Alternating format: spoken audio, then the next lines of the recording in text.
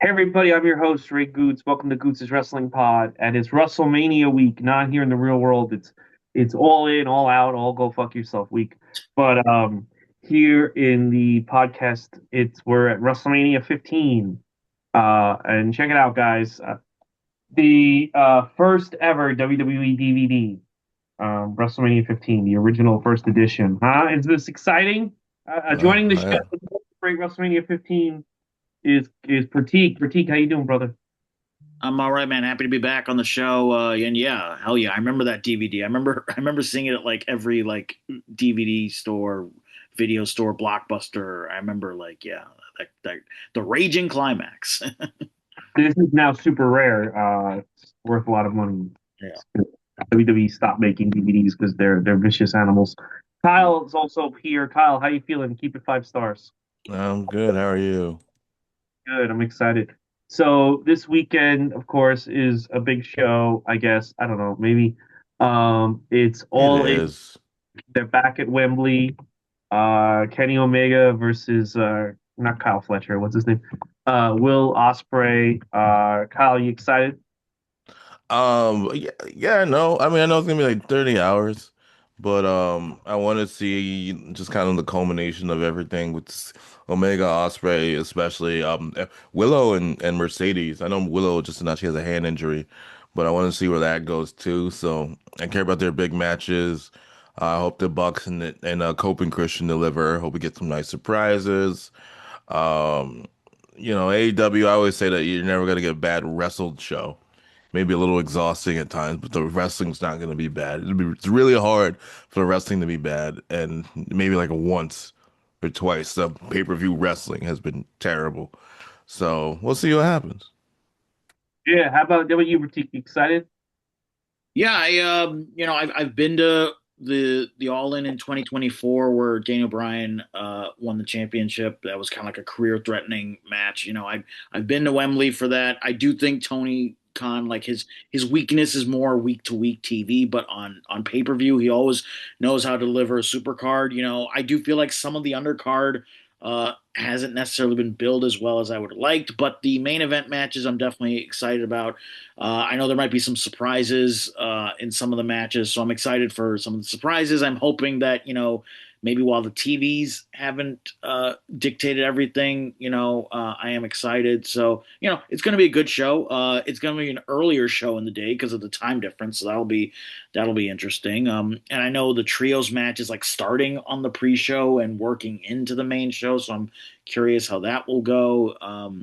But I like I like what they do on their big shows, so I'm trying to remain positive and let's see what happens. Yeah, I think it's really stupid that Hangman Adam Page is on the pre-show, and I'm worried that they're. I was saying to Kyle before we started, I'm worried that they're going to debut the New Day during the pre-show, which I think would be incredibly stupid. Yeah. Because as we know, the pre-show is going to be a six-man the triangle, whatever. It's going to be like a gauntlet match for the six-man titles, and I don't know. It's just like he went for a year ago. He was the main event of the show, and he was seen as like the main character of the show. At least if you listen to all the AEW fan accounts, and now he's on the pre-show. A year later, it's but same thing. Brody King, fuck ice. Oh my God, Brody King's the next. They always tell you that these guys are the next guy. Well, when The Rock was the next guy, he wasn't on the pre-show. Okay, he was in the main event. So I don't know how that works with Tony Khan, but I really hope they don't debut the New Day during the pre-show. What are you thinking here, Killer Kyle? I think they're gonna do the teats. They're gonna like 758, 759. You're gonna see them. I'd rather them be on the actual pay-per-view too, but I think they're gonna do the 758. Like either like you're gonna get eliminated, you're gonna have to wait to see, or like 759 or something. Like Swerve's team comes out and then the New Day comes out, or Swerve comes out, then 8 o'clock the New Day comes out. So they're like right. I'm saying the old times, 1 o'clock Eastern time, the New Day comes out, and we're like, oh shit. I think that's what they're gonna do. What about you? What about you, Pratik? What are you thinking? Yeah, I'm hopeful that yes, the New Day does not show up on the pre-show. Maybe it might be a way to kick off like kind of having a match bleed into the main show. It's kind of funny on this show on this Mania. There's something that kind of starts in the pre-show and then makes its way into the main show, but they kept some distance on it. So I do think it's interesting that Tony wants to do like because he's done matches on the pre-show, or sometimes I know intros get started on the pre-show, but to actually have a match like start on the pre-show and kind of continue into the main show, it's kind of a way to maybe like peak fan interest. I mean, pre-shows nowadays are so they're so especially with let's look at what WWE does. They don't use the pre-show to do like a promo in front of the crowd or even do a pre-show match. They haven't done a pre-show match in forever. Most of the pre-shows now on YouTube are just like they'll have like the analyst team and then they'll just be like hype videos, hype videos, which you end up seeing on the main show anyways. So I get what Tony's trying to do. He's trying to build interest into the pre-show, but let's see. It is an experiment. I want to try to give him the little bit of the benefit of the doubt. But yes, you cannot have a major debut like that on the pre-show. You can't do that. My other thought is maybe they don't show up in that match and you put them in that casino battle royal, make them like a surprise or something. Maybe they team independently, or maybe one of them shows up with Swerve and the other one shows up in the casino. We don't know what they're gonna do. So I am intrigued. What they're gonna do. And I do feel like the Casino Battle Royal. I remember when I went in 2024, there were like three or four different surprises in that. So part of me thinks maybe they'll get saved for that. Part of me thinks there'll be some other debuts in the Casino Battle Royal that we're not even thinking about. So let's see. And they have. I'm surprised. I don't believe they've announced any other matches for the pre-show. Usually there's like two or three matches in the pre-show. So let's see. I'm waiting to see. I know the Glasgow show, they did a Collision and a Dynamite taping. I had a friend who was in the crowd for that, and it was a long. It was not a long. It was not a 5 hour taping. It was actually a consolidated 4 hours because they wanted to make sure people were able to catch the trains, which is rare because I know Oh, AEW. bullshit. Yeah, they were trying to like consolidate it. So it'll be interesting to see. I mean, I'm excited. I'm trying to hold Years out hope. years ago, I had to leave early because they fucking Collision Rampage, whatever the fuck the name of the show is, ran so damn long. And I was in Bridgeport, and I was like, "There's no trains into New York after a certain time." Yeah. I had to leave because Bear Bronson or Bear, whichever one of the Bears, um, had to fight Wardlow, and it had to be a commercial break in the match. Get out of here. Whatever. Good for them. Look, here's the deal. I was saying this before we went on the air to Kyle. If you watch this live, the pre-show is basically the first hour of WrestleMania for WrestleMania 15. That episode, it was treated like a legit part of the show.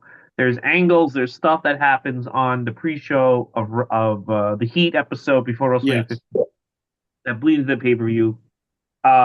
It's lost. Like no one cares at this point. It's lost the time. The pay per view is the pay per view. You can't have stuff happen on the pre-show. The pre-show you can have like a few good matches. If you want to have good matches, that's one thing. But you can't make the pre-show important. And here's why you should make the pre-show important. People are paying $50 for this fucking thing. So why are you gonna have all the good shit happen on the free show? Who the fuck, like, you know what I'm saying? Like, you got to save all the good shit for when people are giving you all their money. So, in my opinion, if the pre-show should just be like an exhibition and a hype thing. It shouldn't try to be important. You shouldn't try to make the pre-show as important as the main show, unless everything is free. Then it's just ridiculous. Like, so all the important, like Dave Mills, like, we should make the pre-show important, have great men, have better matches. But I'm paying for the main show, so that's where all the best shit should be. Like, it doesn't work, and the pre-show should just be, please buy our show. You know, Yeah, I mean, it shouldn't be like dog shit, but I would be upset if all the big surprises happen on the pre-show if I was paying $50 for a show. I generally think they're gonna tease it, and after the tease, they're hoping that people are going to hit order to see the New Day. And if it's not the New Day, I think option B is the Guns, and if it's not them, this is a far off option C. It's what's the dude's name? The hit row guys. I know AJ. I don't know what AJ Francis's contract status is with ECW with TNA, TNA. but I know AJ. What was his name in Tahuti Tahuti Miles? Miles? Yeah, Tahuti Miles. I know he's in Ring of Honor, so that's at least two of Hit Row. And if something didn't work out with AJ Francis, even though he's Mr. TNA, um, maybe it's him. I don't know. What's his name? That'd be a letdown. I don't think people are gonna care. I think people would go New Day, Guns, And way then bottom, or it's Bobby Lashley and Shelton Benjamin, like or something like that, because they're not on the show. So can I say something? So I'm looking at this screenshot of all the guys in this pre-show 6-man gauntlet thing, whatever. So you got the champs, Hangman Page, Brody King, and Bandito. Obviously, they have belts. Then you have Orange Cassidy, Roderick Strong, and Kyle O'Reilly. They have belts. Then you have the Gun Club and Jay White. They all have belts. Jay White has two belts. Then you get to the Death Riders, which is Pac, Cesaro, and Wheeler Yuta. They all have belts. Then you get to the I don't know, the Fit Finley's Kids Bullet Club thing. All guys have belts. How many fucking belts are in this fucking? Oh yeah, Bandito has a second belt. I think that's too many belts. I don't even like. How do you have this many belts? The company's been around since 2019. Everyone has a fucking belt. It's like it doesn't even feel like they weren't. What are the belts that the Gun Club have? What are these belts? I didn't even know they had belts. I Everyone has. also forgot. It is hard to keep track, because then Yeah, they've also they've consolidated all the Ring of Honor belts, so sometimes it gets lost in translating. Oh, this guy has a Ring of Honor belt, but he's on this show and he's not even defending it. So it definitely gets a little messy. That's for sure. I forgot that the guns were already announced in that match. And I also thought Jay White was going to be in the Casino Gauntlet match, like as an individual. I didn't know he was on the isn't he pre-show. hurt? Oh, okay. Yeah. Too.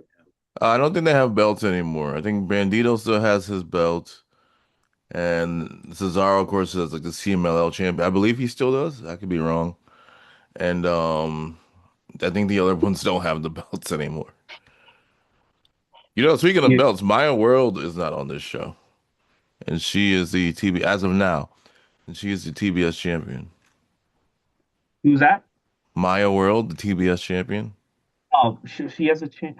Yeah. How I come believe she faced Mercedes in the finals of the Owen. Yeah, I thought Thekla was like the hottest female wrestler to ever wrestle in AEW since Blake Monroe.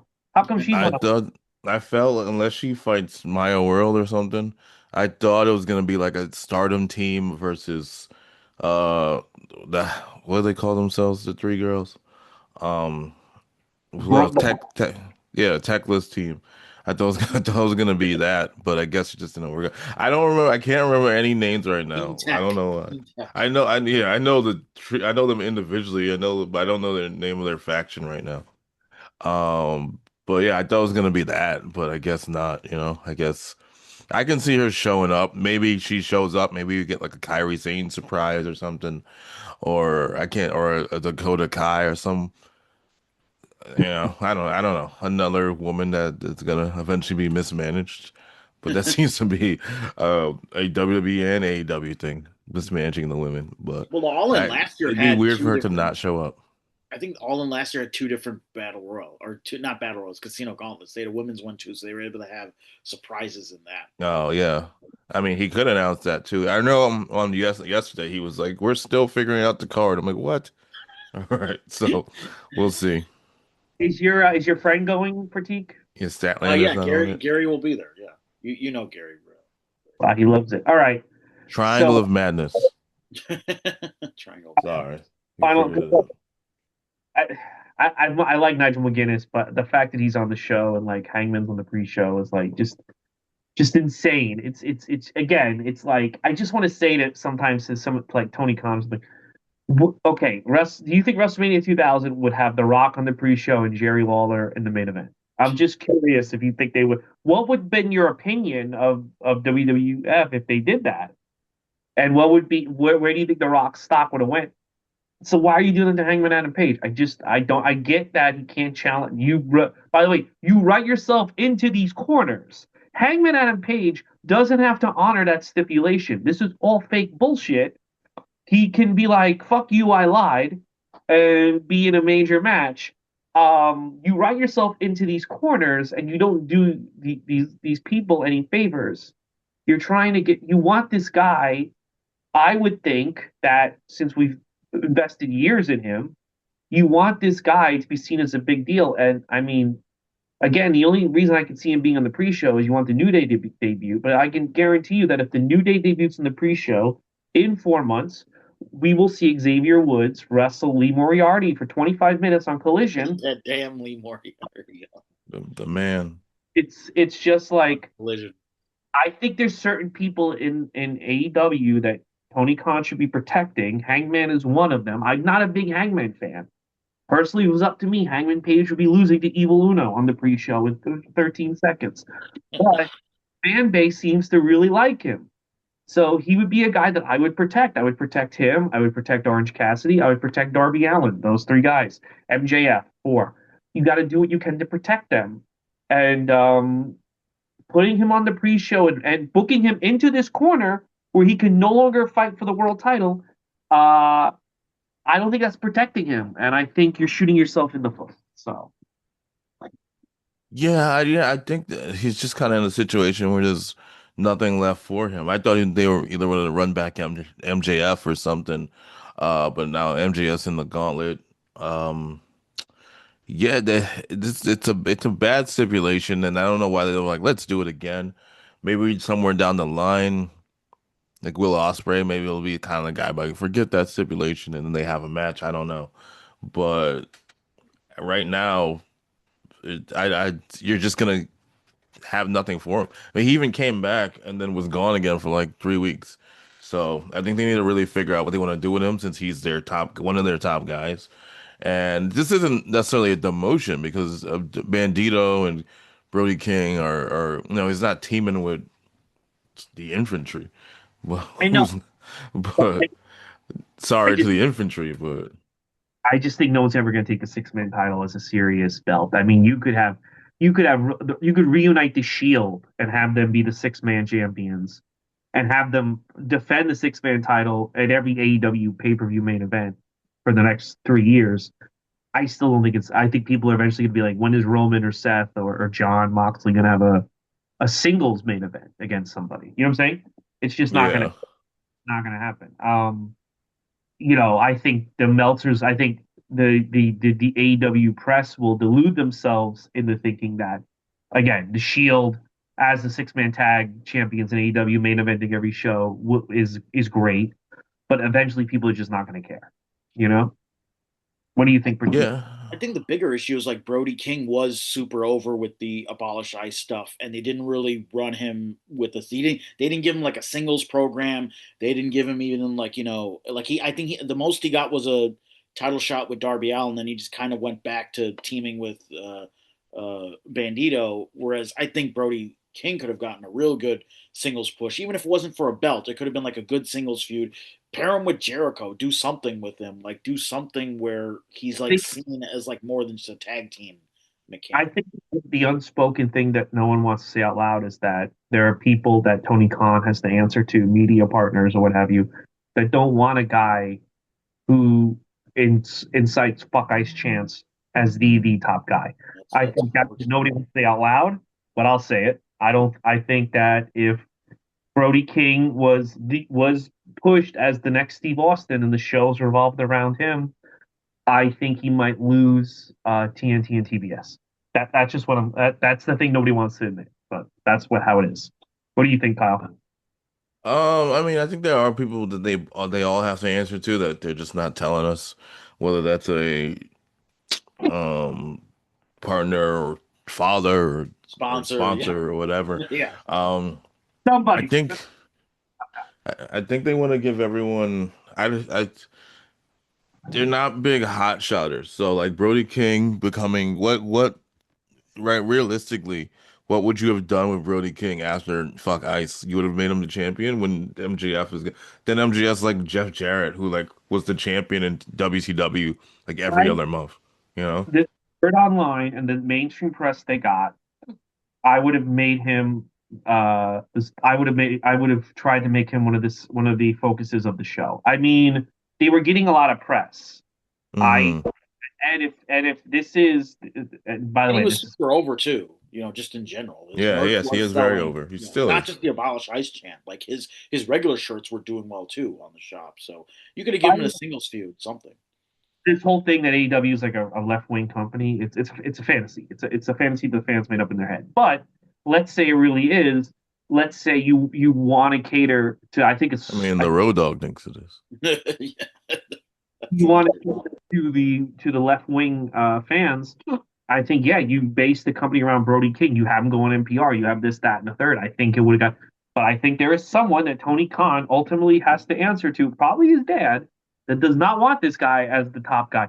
And the way Tony is incredible. I will say Tony's great at making these fans because the stuff he does, Vince McMahon could not do. At least with the Vince is going to do whatever he wants. But I'm saying that like he would be cold on it by the internet fans, and Tony knows how to manipulate them. Where I don't think people realize like Brody King has been completely downplayed, um, to where he's on the pre-show. And again, it's like you had lightning in a bottle in that moment, and you didn't want to capture it because you can't capture it because you are ultimately answering to people in power that are right wing. So the way he did it, I will say the way he downplays people, he is very smart at cooling off people without the fans realizing they're being cooled off. Talking about Tony Khan. I mean, yeah, I'm talking about like these hardcore AEW fans because yeah, they completely downplayed him, and yeah, I would have gave him the belt. I would have given the belt instead of Darby Allin, 100%, and see where it went. And I think it would have went somewhere. I think it would have got some type of publicity. But again, I just think there's people in power that don't want Fuck Ice to be a major part of the show. It's fair. Um, yeah, I mean, I think one of the things that happens with them is they have their names and their talents and they're people that if you want to be like, hey, who are you gonna put on an AEW flyer? Uh, like a Darby Allin, like you said, Orange Cassidy, Brody King. These are people who stand out. They don't look like Roman. They don't look like Seth. They don't look like Cody. And I think they have a hard time figuring out who those people are gonna be. Um, and yeah, I think maybe because it's because Tony Khan's like for the most part a one man machine, while WWE has teams that like focus on that stuff, and he has to focus on like eight different things at the same time. So there's definitely some mismanagement with a lot of the wrestlers, or people cool off. People cool off tremendously. I remember when Hikaru Shida lost the title after having it for 500 days or whatever long ass reign she had. You didn't see her for like 8 months, and you're like, she was like the women's champion, and now she's gone. So that's definitely something that they need to work at, especially when he gets new toys, for lack of a better word. Like if the New Day comes in, does this mean the machine guns are regulated to Collision? Does this mean the machine guns aren't on at all? Are they back in Ring of Honor? Like what They, happens? in weeks, they debuted it and then they've just vanished. Someone Uh, said they were on tour. It's funny because the fans always stick up for whichever one they want, WWE or AEW. They're like the Machine Guns debuted and then they were gone. And they're like they're on tour, you idiot. Of course they're on. Like if WWE debuted the Machine Guns and they didn't do this exactly, they at least waited 3 weeks before not putting them on TV. Yeah. They viewed the machine guns and then you never saw them for 2 weeks. Every tweet would be like, remember Royce Keys? And Royce Keys just wasn't on TV and everyone was trying to be very smart alecky about like, oh, well, that must have worked out. So like, I think they the put him on Motor, like main event or something, and they were like, "What? yeah, What are you you would have thought doing?" the world exploded. Right. the Motor City Machine Guns beat the Bloodline, the fucking Bloodline, for the They title. did. In their In like New second week or something, like it was really early. Can't Yeah. get better than that. And like I love like it's so funny because I was rewatching I fell asleep to Elimination Chamber 2013. And the whole show revolves around CM Punk. I mean, they're talking about CM Punk more than they talk about Roman Reigns. And I'm like, I love the fact that like wrestlers are great at telling you how underutilized they are or how like underpushed they are, and like short of Michael Cole starting the show being like, "I love and worship the ground CM Punk walks on, and I will drink his piss after the show." How much more do you want to be presented as the top guy, CM Punk in 2013? And the same thing with who were we talking about just now? We were talking about somebody when I interrupted you. The Motor City Machine Guns. They cut a promo, like finally we're here, we're supposed to be, do this, that, and third. It's like, bro, you beat the bloodline, you beat the biggest faction, like you did it. Like that's like fucking the Headbangers. No offense to Motor City Machine Guns, the Headbangers beating the NWO week 2 if they went to Nitro. Like doesn't get any bigger than that. Like they did do something with you. It just, I don't know, it just didn't work out. But like, yeah, wrestlers love doing this thing. I was held back, and it's like the entire company revolved around you, CM Punk. Anyway, I think when it comes to the guns, they were miscast. I think I said this before. They were miscast. I know you had to bring them in as baby faces, and then what they do, not to make fun of Triple H, when they just kind of cool people off, they did beat the Bloodline, and then they kind of stopped caring about the tag division because they had to focus on A, B, C, and D. So instead of having a renewed focus in the tag division, which then they had later, but then didn't put on WrestleMania, it gave a lot of people the impression that you don't have to care about these people, which is very, very frustrating. Like I remember the Saudi Arabia, there's no reason that a match between DIY and the Machine Guns should have crickets. And that match had crickets. Even I didn't care. And I love both teams. Their Royal Rumble match. Maybe part of it was because it was Saudi Arabia, but there's no reason for these two teams that know how to get the crowd going. Maybe not always on the mic, but in the ring, uh, to have that kind of lackluster thing. And then they just kind of gave up on them. I feel bad they never got like a real WrestleMania moment, but I think both companies need to realize like when they have someone, they have to use that person and not just drop them to the wayside. Like not a big cast is there. Rusev is gone, at least on Raw. Uh, Baron Corbin is there on the other end. Carmella, Ricky Saints is gone. They just, God help you, Blake Monroe. They just need to figure it out. I know they don't have that much TV time, although AEW seems to be able to extend whenever they want. But I think both companies need to do a much better job. And also put the exclusives online for the people who need them. Like Ray Phoenix needs to be on the show so people know who the fuck Ray Phoenix is. He should not be the YouTube exclusive. Hiromu Takahashi should not be the YouTube exclusive because people don't know what the hell he is. He's gonna show up on SmackDown. You're like, who's this man with the colorful jackets? Like, you're not gonna know. yeah. Well, I haven't watched SmackDown in a long time because I don't have cable anymore. But yeah, no, I hear you.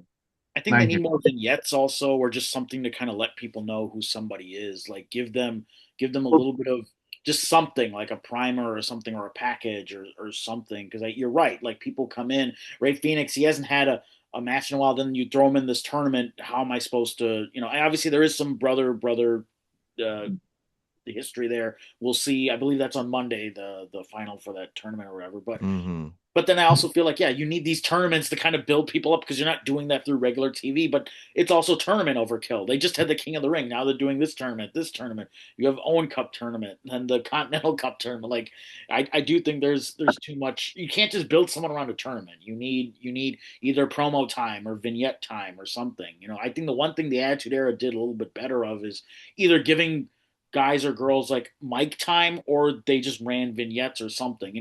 One thing I did like about Heat Sunday Night Heat back in the day is they would either give somebody a little ring, like little promo time, like just 2 minutes, go out there 2 minutes and see what you can do with the crowd, try to connect with the crowd. And I think they took a few more chances during that time. Like, okay, you have 2 minutes, we got to fill something. You go do a promo or something, and see if the crowd connects, and then maybe we'll do an angle or a match based on that. And I think there could be a little bit more of that.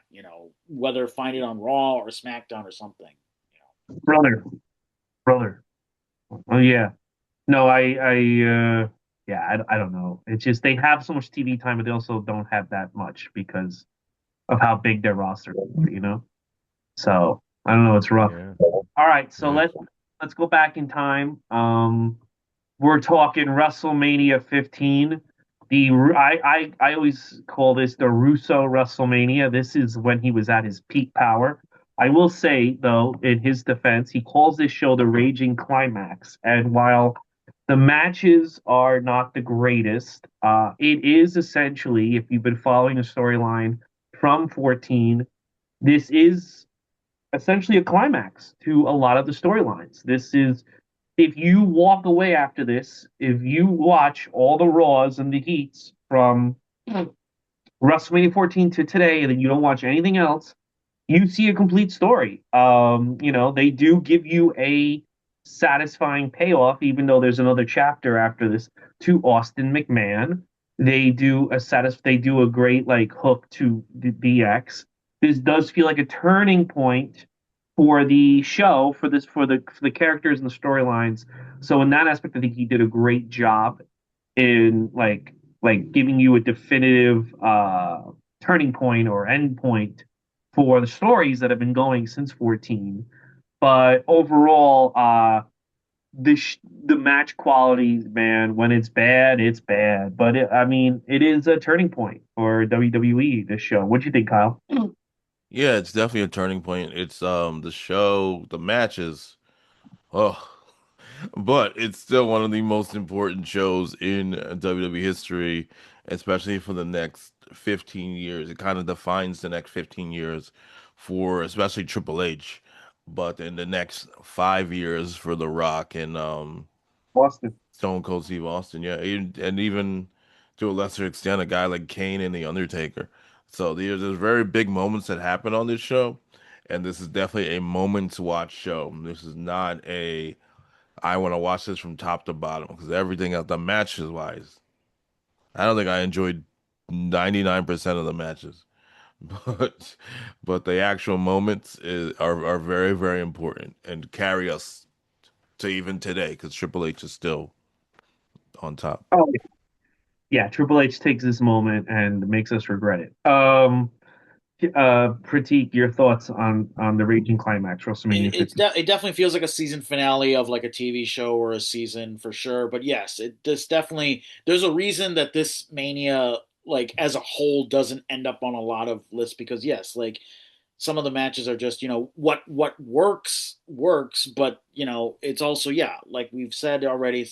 There's some character defining moments that happen. Then there's definitely some there's visual imagery that you remember of this pay per view. But yeah, match to match, it can be difficult to see at times. It definitely yeah it feels more like a story driven pay per view than like oh wow these matches you're really gonna remember. So yeah, as a whole there's definitely, the main event tends to be something that we focus on, but yeah, there's stuff on the undercard where I'm just like, what are we doing? So and it's funny because I remember watching this as a kid, and when I went back to watch this, I'm like, okay, what's gonna hold up and what doesn't, and I was disappointed in what held up. So definitely it was interesting at times, but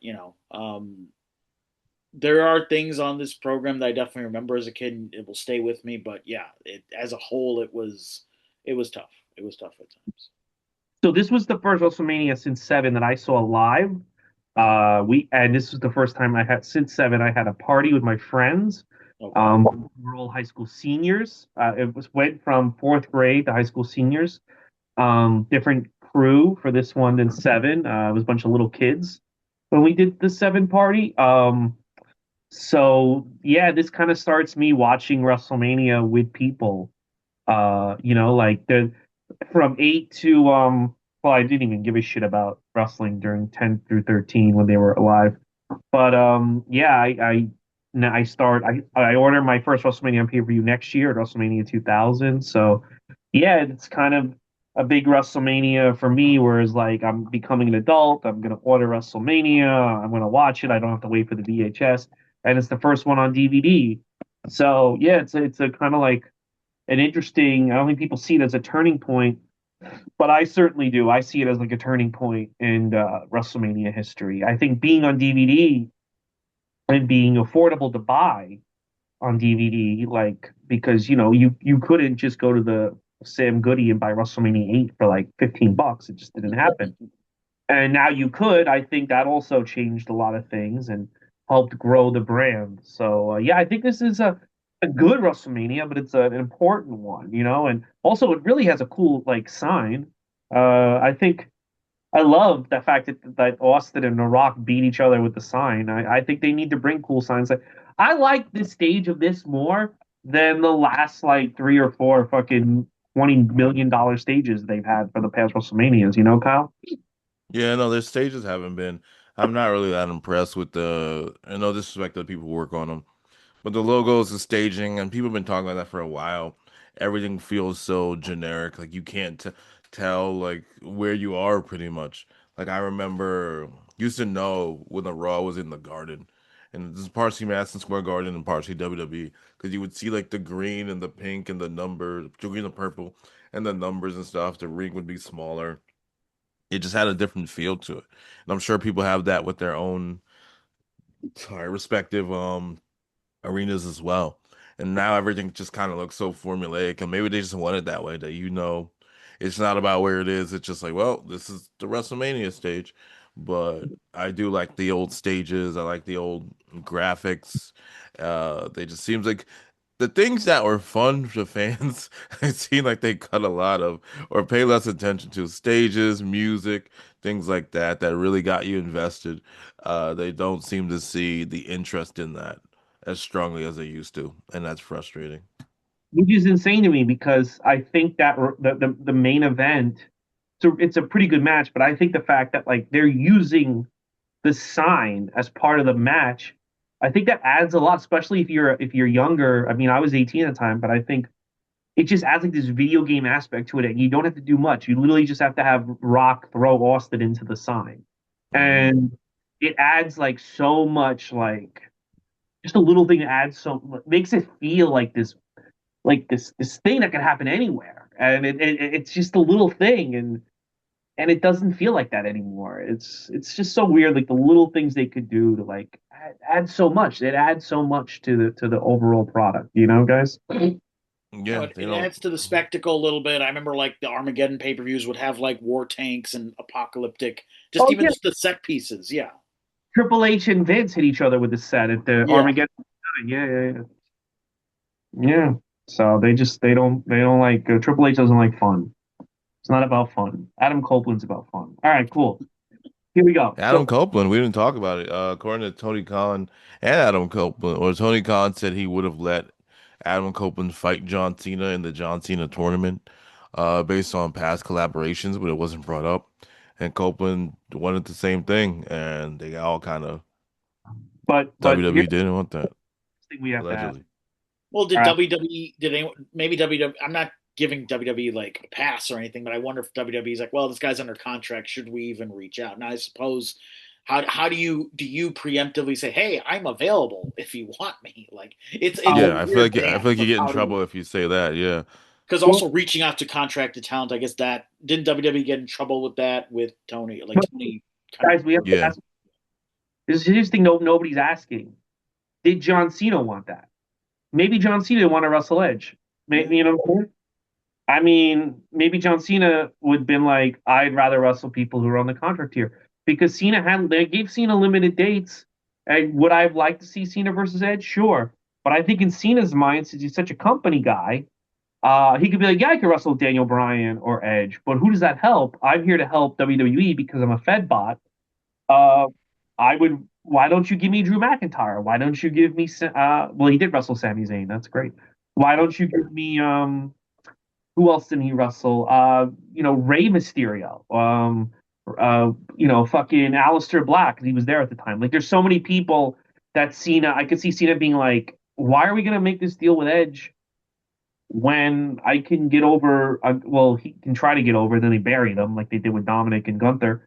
But I think Cena's goal was to get new guys over and to Yeah, help the new talent. Yeah. yeah, absolutely.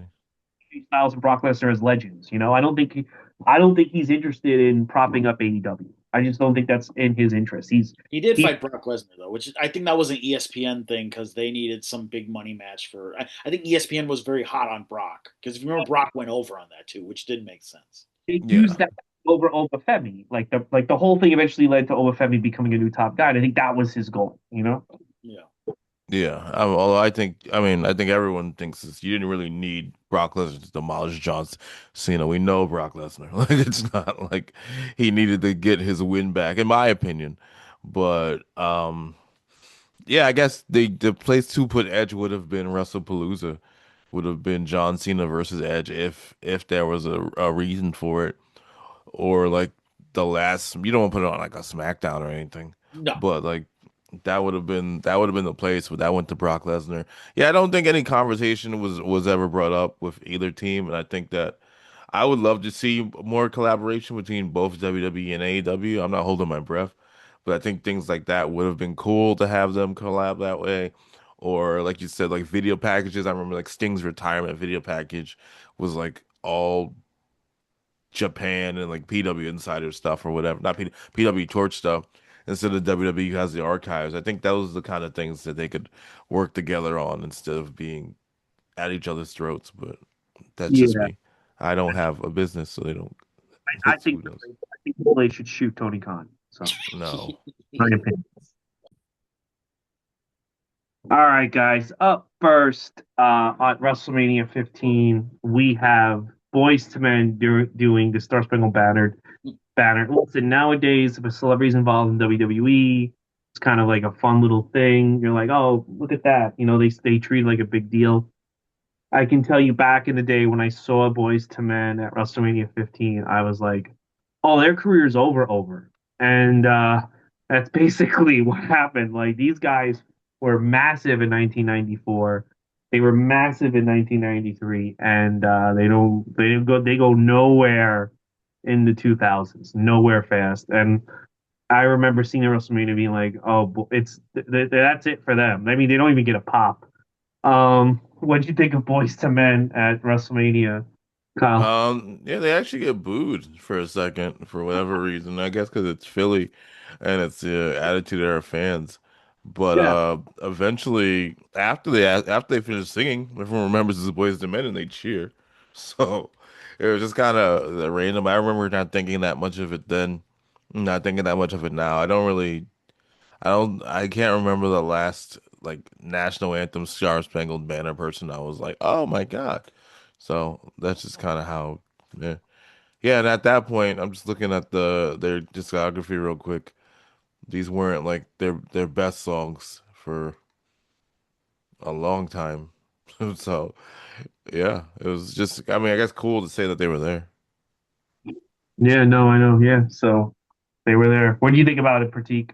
it's a fun little Easter egg for fans. I believe their hometown, Philly's their hometown, so I was surprised by the reaction. I thought they would get a bigger pop. It definitely seemed like they're like, "Who the fuck is this?" Then like, "Oh wait, it's America. We can't boo that." So it's almost like the crowd realized they had to kind of cheer, kind of. So yeah, it was interesting. If you remember the last Mania before it was on 14, it was the DX band doing Oh America the boy. Beautiful. And that was like supposed to be a heel thing. So it's kind of funny they went back to serious. We can't make fun of the Star Spangled Banner. We have to make it serious. Oh, America the Beautiful. So it's interesting. It's a fun little Easter egg. Hmm. Okay, so the first match up, it's so Vince Russo did this weird thing back then where for months Road Dogg's feuding with Al Snow, and for months Billy Gunn is involved with Val Venus and Ken Shamrock, and a little bit, a little bit Goldust, and then on the road to the weeks leading to WrestleMania, he switches up the the storyline. So now Billy Gunn is now feuding with Al Snow and Hardcore Holly, and Road Dogg is involved in the Ken Shamrock saga, which is just it's insane to me. It would be like on the road to WrestleMania 25. Shawn Michaels gets put in the match with Randy Orton, and Triple H fights Undertaker. It's like, wait, what? Like you're building towards Shawn Michaels Undertaker, and then it's crazy, but he does it. But I will say I didn't like it as a kid. But I will say, watching this match, this was the best Billy Gunn match in a long fucking time. I think it has more to do with Al Snow and Bob Holly than Billy Gunn, but Billy Gunn is over in this match. He's having a pretty good match. The New Age Outlaws have been having atrociously bad tag matches on pay per view. long, boring ones. Here, Billy Gunn has some fun. The ending is a little anticlimactic, but he's really over and he's working the crowd. And I can kind of see why they thought to give him the King of the Ring based on this match. In a vacuum, the match is fine. Hardcore Holly wins, which I think is important to establish this guy is now no longer a mid 90s jobber, but someone that kind of takes seriously. What did you think, Kyle? Yeah, it's a good showing for Hardcore Holly. Hardcore Holly in black boots, which is not something that I see that often.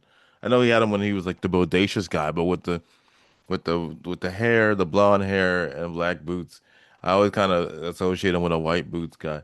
Like when you got those wrestlers that you associate with certain kind of boots or gear, and then when you see them kind of go out of it, like when Triple H was doing like the white boots and purple boots for a while, you're like, what the hell? like, like you don't like it. So that was like Black Boots Holly was a little weird to see, but outside of that, definitely I think the right person won. Established Hardcore Holly as a character, established him and the hardcore division even further. Hardcore division matches for the most part, were always kind of fun, a little entertaining, exciting.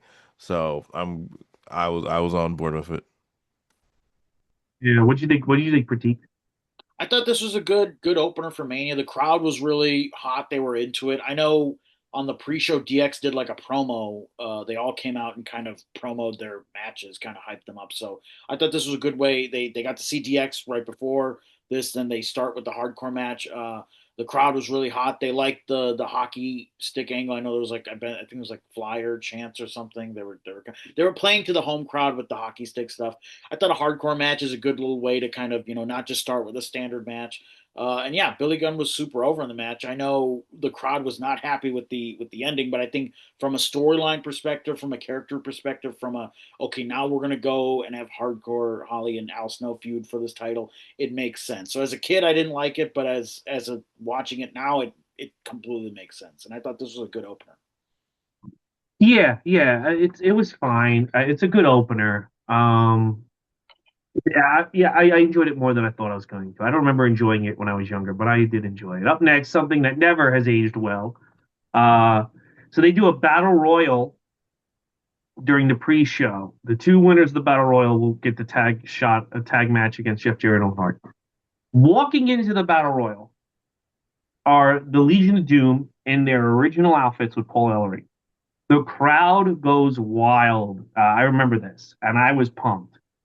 So it would make sense to have the Road Warriors win, right? You flew them in, you debuted another new costume, even though it's an old costume. You put them back in Paul Ellering. Everything's back to normal. They get eliminated in the fucking battle royal, and instead, it's D'Lo Brown and Test, which I think has aged like dog shit. This match stinks. Test I guess I really thought back then they were going to go somewhere with Test. They go nowhere. And I heard Test is an asshole. Sabu hated him.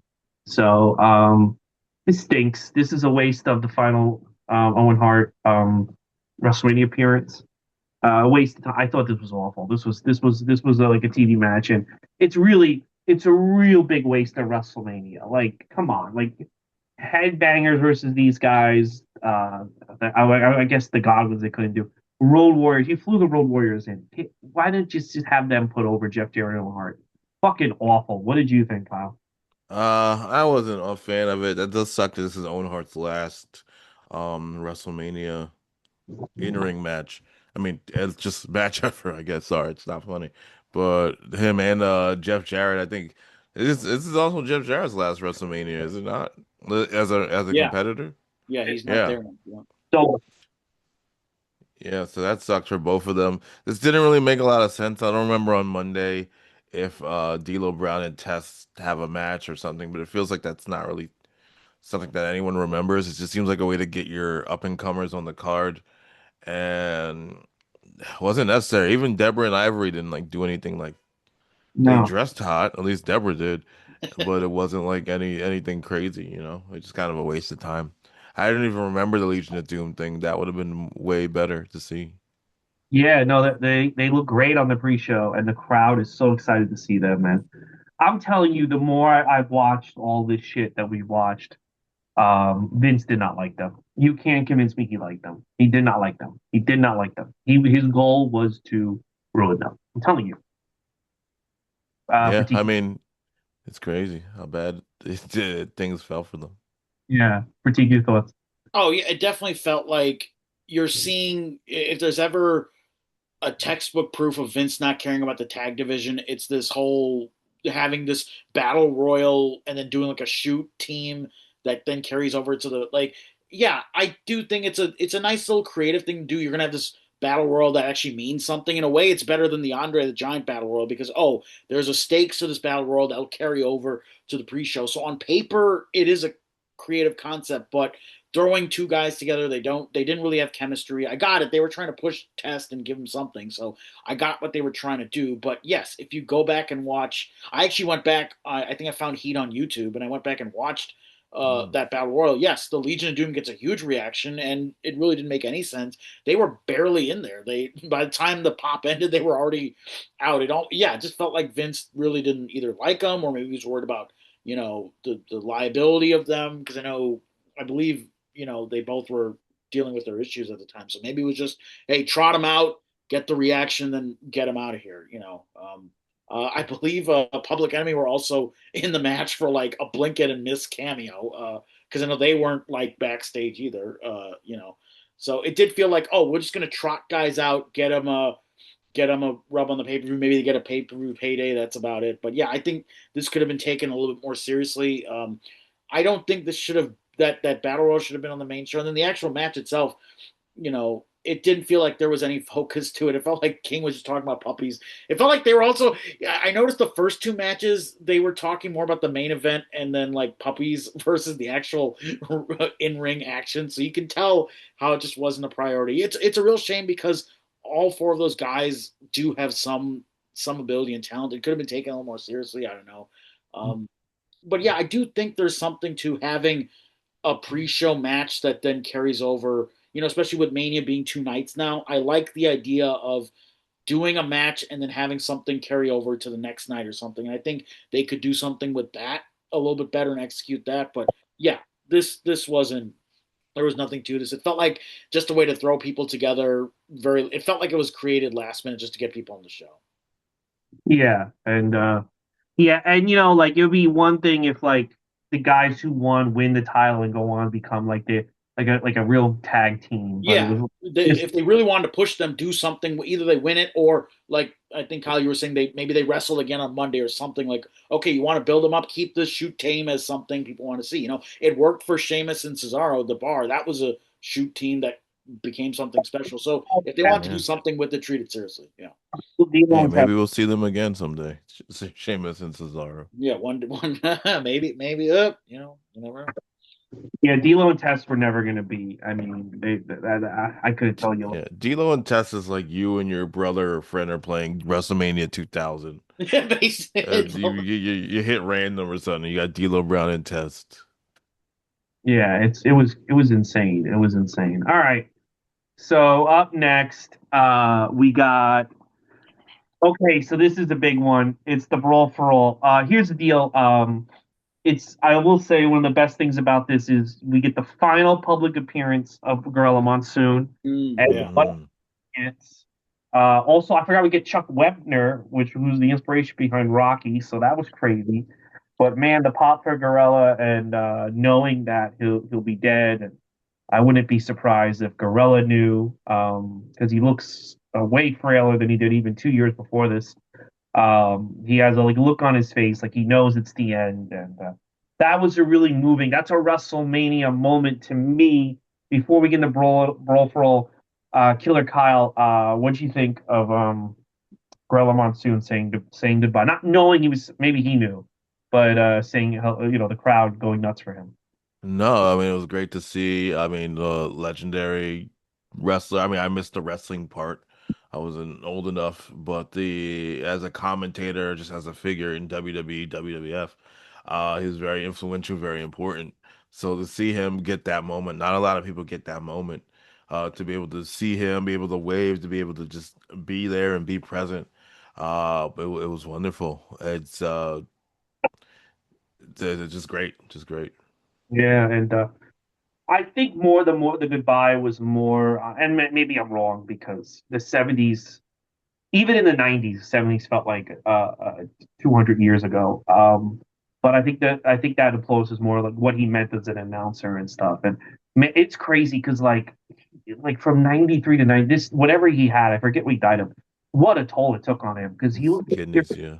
from '90s. Fuck that, from '96 to '99, he looks like he aged like 20 years. It's freaking crazy, you know.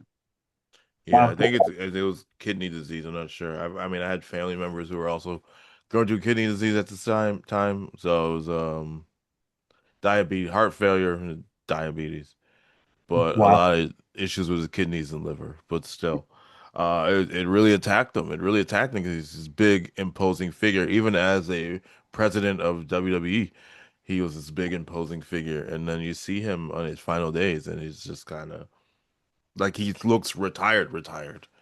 Um, but I'm glad he was of like sound mind. You know, sometimes, like I was saying, sometimes we don't get to see the wrestlers or, like in the case of his longtime partner, friend Bobby Heenan, while he was still healthy, recovering, he had this surgery and he was kind of left looking a certain way. And it was hard, for me, it was hard to see sometimes because while he was okay or still recovering, it's just not what you're used to seeing. But here, Gorilla, while he's smaller, he still looks good for the most part, if that makes any sense. yeah. What would you think, Pratik?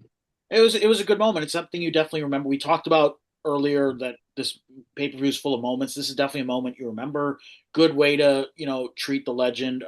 If you I remember, like, I know when I've been on previous episodes, I know in 1998, 97 they were doing a good job of bringing out these legends, having these promo packages. I know Bad Blood, they did the thing with the St. Louis wrestling stuff. So you see this in the Attitude Era too, like bringing out these legends, utilizing them, and I think it's good the way they're utilizing them. So yeah, I like these little moments. It's a good little bit. It's bittersweet for sure, but I thought this was a good use of legend. I don't know if this was a Vince call or a Russo call or a Cornette call or someone, but whoever made the call, it was great. Good decision.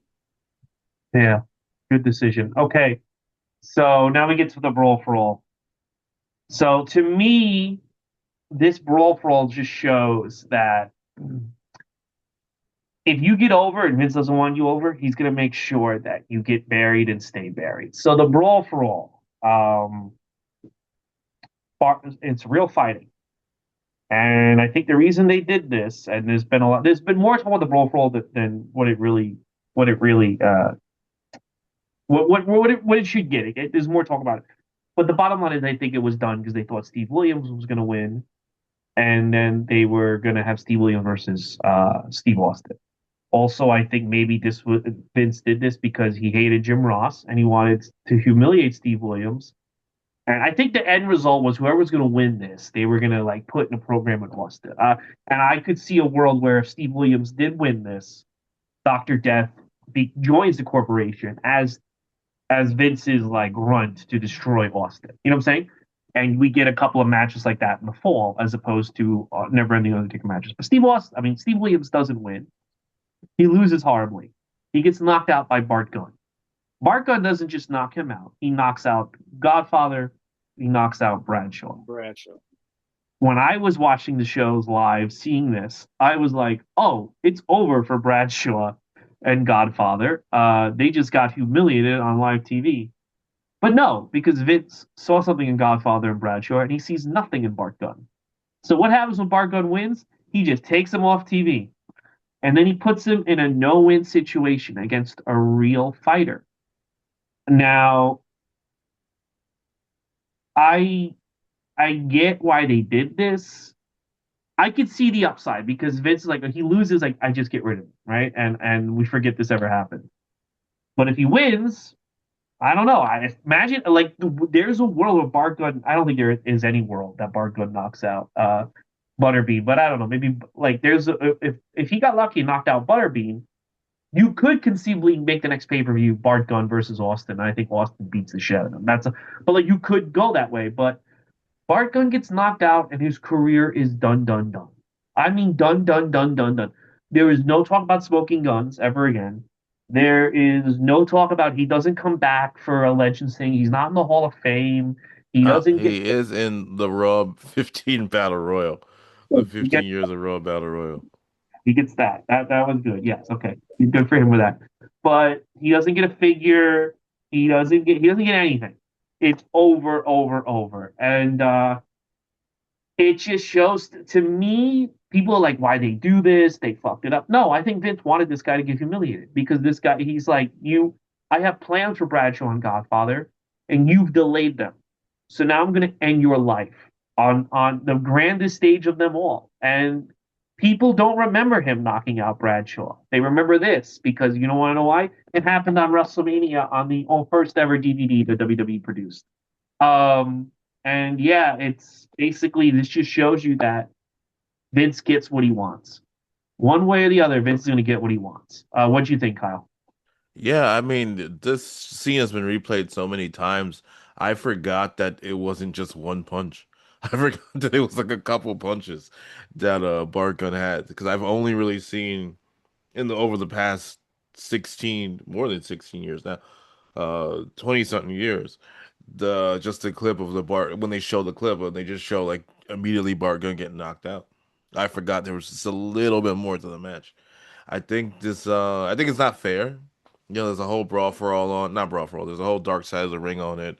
And I think Bargan had some success in All Japan or like was able to wrestle in All Japan afterwards. But it's not fair. If you're gonna do a shoot thing and the shoot guy wins for real, it's not it's your job to make him interesting. It's not his fault that he won. What's supposed to do? But Just get knocked out on purpose? What happened? he didn't want to make him interesting. Like No, this, I look, know. yeah, I know. It's not fair to Bart Gunn. And I looked it up after this match and like I guess Butterbean was willing to like do a different kind of match or different kind of scenario where everybody looked good, but they were saying no, just knock him out. yeah, So that's what he did. And it really sucked for Bart Gunn. It ended his career in the States and it just wasn't fair. it wasn't. But I mean, yeah, I think if anyone else won the brawl for all, they would have got a feud with Austin. Even Henry Godwin. I'm dead serious. Uh, Well, I, Henry Godwin's he's got the Undertaker, on his yeah, side, so I just think that Bart Gunn. I think he thought Bart Gunn's going to get the shit beat out of him, and it'll be great. And the fact that Bart Gunn won, I think Bart Gunn winning is a great story. And I was like, oh wow, I think you could do Bart Gunn versus Billy Gunn as a major match on pay per view after that brawl for all. But Vince saw nothing, and if he sees you in one way, he's going to make sure that the world sees you in that way. You cannot get over on your own.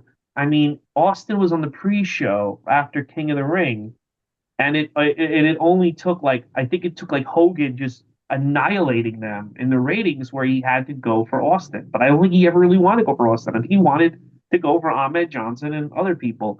But it's just there was nothing Bart Gunn could have done. Bart Gunn essentially ruined his life winning the tournament and grabbing. Vince always says you got to grab the brass ring. Bart Gunn did that, and it's like, no, I don't really want you to grab the brass ring. So I'm going to ruin your life. he did as he was told. Again, going back to the video games from back in the day, it's like when you would simulate Royal Rumbles or something, and then like the blue meaty one, and you're like, what? So you gotta start over because that's not what you wanted. But it's not his fault. He did his job, so it's just not fair. They could have been creative enough, like you said. Bart Gunn could have been the corporate. He could have been like the shooter, Bart Gunn. Yeah, Like every Stone Cold's taking everybody out. Stuns Test, stuns Bossman, stuns Shamrock, whoever. And Bart Gunn just wow, one punch man, like the show. You could have had something there. I'm not saying that Bart Gunn would have been the biggest star in the world, but it just seemed like a waste of an opportunity. And it just sucks because he just did his job and then got jobbed for doing his job. yeah, and job in the worst way because fucking like tonight on SmackDown, Obafemi could get squashed by Danhausen. No one's gonna be like, "Oh, Obafemi's a loser," they're gonna blame Triple H. But like when you do it for real, if Danhausen and Obafemi have a real fight and Danhausen knocks him out with one punch, Obafemi's career is over. He's over, over, over. This is why you can't do real shit in a fake sport. Could you Particularly, imagine? oh my god, So yeah, I mean, obviously the Dark Side of the Ring covers a lot of this, but I blame both Vinces, both Russo and McMahon, because it's like you're doing this tournament and you're saying you're incentivizing the guys that if you win, you get this. I think it was like 80 grand or something or whatever. There's like a cash prize for them as well, but Yeah. also it was like, hey, do this thing and grab the brass ring, and then you have a guy win, and then you like even okay, say Vince McMahon is that pissed about Steve Williams, Doctor Death, because yeah, basically they fumbled Doctor Death, Steve Williams, the big it was probably a big money contract, and you ruined his career or whatever, but you still have money on the table. You could have done like if Vince McMahon was that pissed, like still look at like, hey, there's some money with this. You could. I'm not saying he has to face Austin, Stone Cold Steve Austin, but you could have, like you said, you could have made him part of the ministry. You could have done to take him off TV for months. Just seems like you're leaving money on the table. So that just speaks to how petty and how just BS this whole tournament was. And if I remember correctly, in the Brawl for All tournament, week to week, they would change the rules. There was a lot of confusion. The fans weren't remembering. The commentators also weren't sure the rules. If I'm remembering correctly, I believe Dan Severn was in it, but then he just decided I don't want to continue. So there was a lot of just botches with that whole tournament. So in a way, this was a good little again. Everything on this show is climax. This was a good climax to that whole like let's just close the chapter on this whole fucking tournament with Butterbean, who I remember this was actually the first. I was running late to my friend's house to watch this pay per view, so when I got there, this was the first thing I saw actually, and then I obviously went back and watched all Hmm. pay per view. But this is the first thing I remember from this Mania was seeing just Butterbean's face just staring at Bart Gunn. That imagery before the match because they spent a lot of time introducing the judges and everything, blah blah. So that dead stare at him like yeah you're gonna get your ass kicked. So it is a shame that Bart Gunn just did his job and he basically was just like, nope, we're going to bring in Butterbean. And yeah, I believe Butterbean has gone on shoot interviews and said, I was brought in just to punish this guy. So we do know that is true. But I just think, especially in an era where Russo had a little bit of control, Vince was listening to Russo, you could have done something with him. To me, it's a little bit on Russo for not capital. This was his tournament. This was his brainchild. So you could have done something with. So I'm pissed at more Russo for not doing something with them, and maybe McMahon was that pissed, whatever. But yeah, this whole tournament was a clusterfuck, and this was the final nail of the coffin of this tournament. Like, no, fuck you, tournament, fuck you, Park Gun, you're done. Yeah, what 30 seconds, nothing. It's whatever, but yeah. Tire clusterfuck, but it is one of Butterbean's. He says he gets brought up for two things: Jackass the movie and this. So it's also a defining moment for Butterbean too. So Yeah. All right. Up next, Mankind versus the Big Show, Paul White. Well, I just wish they called him Titan, like based on Titan Sports. I just I they that was the rumor that he was gonna be called Titan, like he was gonna be like Vince's, like named after Titan, Titan Towers. Titan Tower. Hmm. They just did that. It's gonna be rough. It's gonna be rough watching 20 years of Big Show. I'll tell you that much, guys. Uh, he really is a guy. He really is a guy that never that should have just stayed in WCW. He this match is okay, but like he fucks up the big spot. He Mankind kind of misses the chairs. He doesn't put the chairs close enough. Like they act like Mankind's dead, and he doesn't really hit the chairs. And then Vince comes out and just calls him like a idiot, piece of shit, that he's nothing. And I don't think it really helps out the Big Show at all. Any of this. There's so many moments like I'll tell you, man, like around like 2012, 2013, if I'm home doing nothing and the Big Show theme hit, if I'm watching Raw, I'm home doing nothing, I would that song and him lumbering out would make me think like, wow, like I'm not, I just haven't done anything in my life yet. Like it would remind me of how much time I've wasted in my life. And there's no theme on Raw right now that does that to me, but he does it to me, and it starts here where it's like he's already damaged. Like this match, like Vince, the angle with Vince telling him what a piece of shit he is, and the fact that him and Mankind don't even have that good of a match, which is crazy to me. It's already over. Like just fire him now. If you fire him now, he can probably feud with DDP for the belt.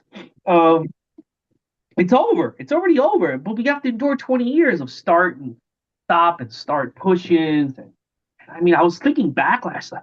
I mean, they had Carlito squash this guy on a pay per view. Like they go back and forth. And, like he's already not a giant. You've already have Austin beat him. I remember like fucking Undertaker's like, oh yeah, we want to teach him a lesson. Teach him what lesson did you want to teach him? The guy works for you.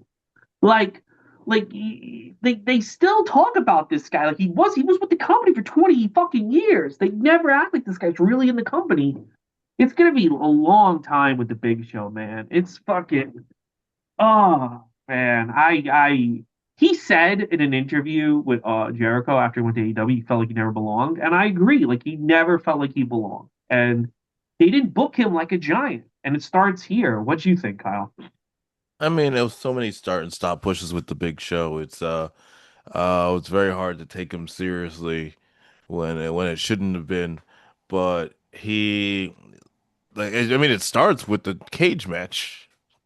He comes, he since his debut, supposed to beat up Austin, tosses him so hard that Austin leaves, wins the match, and it's all down there hill from there. While he had moments of like greatness or moments of power and things like that in multiple championships, I personally was never really excited for a Big Show reign, or a lot of Big Show moments. Maybe a few, but I can count them on one. And I'm not trying to be mean to him. It sounds very harsh, but I can probably count them on one hand. And that's not because he was a bad wrestler, a bad entertainer. It was more because the his booking was just always so damn inconsistent. And this continues. Even this match, I know Mankind like kicks him low, and then he gets disqualified. Big Show's who gets disqualified. Technically, Mankind should get disqualified because he kicks him in the balls to get the mandible claw in more. But no one seemed to care about that. Maybe I missed Earl Hebner looking away or something.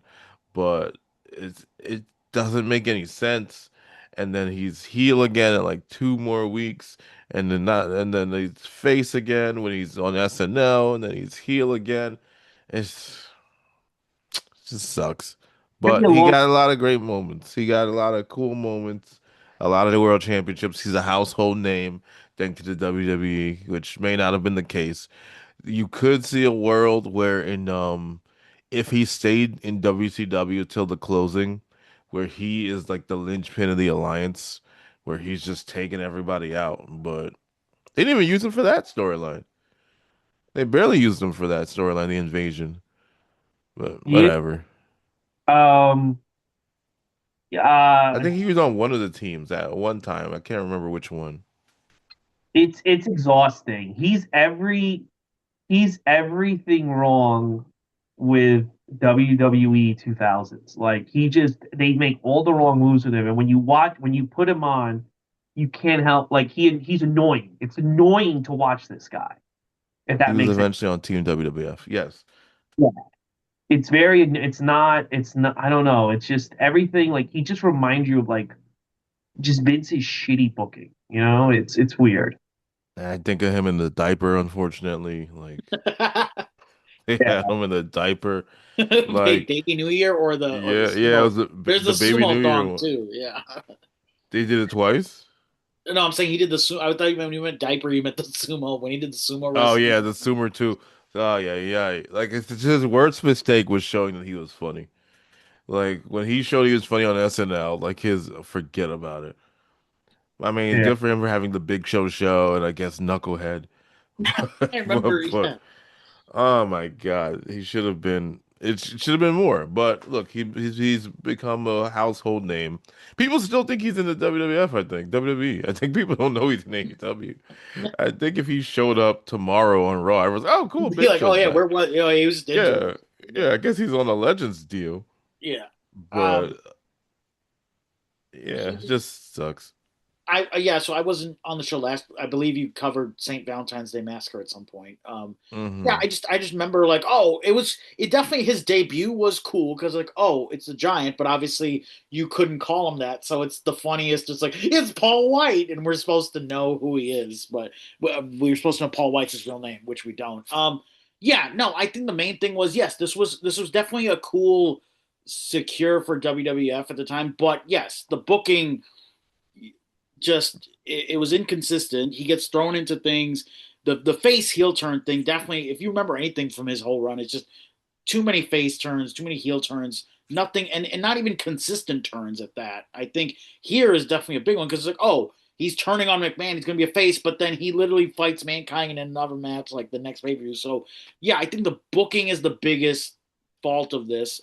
He also gets thrown into very bizarre storylines. I know also we hear now that Undertaker's mad at him and trying to haze him, so they punish him. But you don't need to let the crowd and the audience know these things. You could have done that backstage. You could have dealt with that in other ways. I guess he like left a Mania early or something. There's rumors of that too. That he there's like all this like backstage stuff that he did that wasn't consistent. But it's a shame because they could have. He was.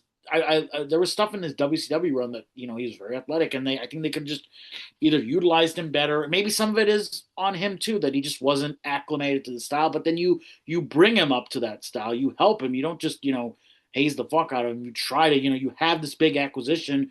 You should try to use the money that you have on the table and work with him. And I think it was just it's funny though because even though he's had this career, like there's still moments of his career that you remember. I remember him crawling on the fucking coffin when Boss Man's taking his Hmm.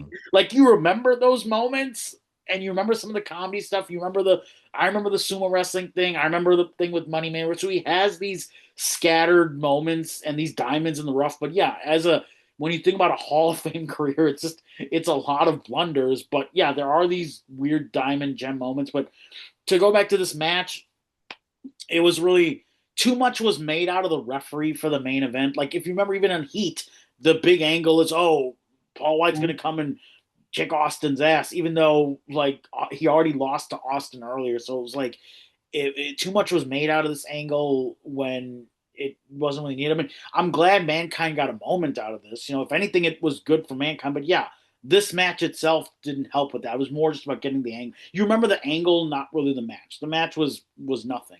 In fact, I don't even remember much of this match at all. I remember a little bit of the Boiler Room Brawl because that was a cool concept. But yeah, again, they didn't really have the chemistry. So this was really nothing. Unfortunately, it was yes the turn because of the climax, but like yeah, the match wasn't really needed. You remember the angle, not the match.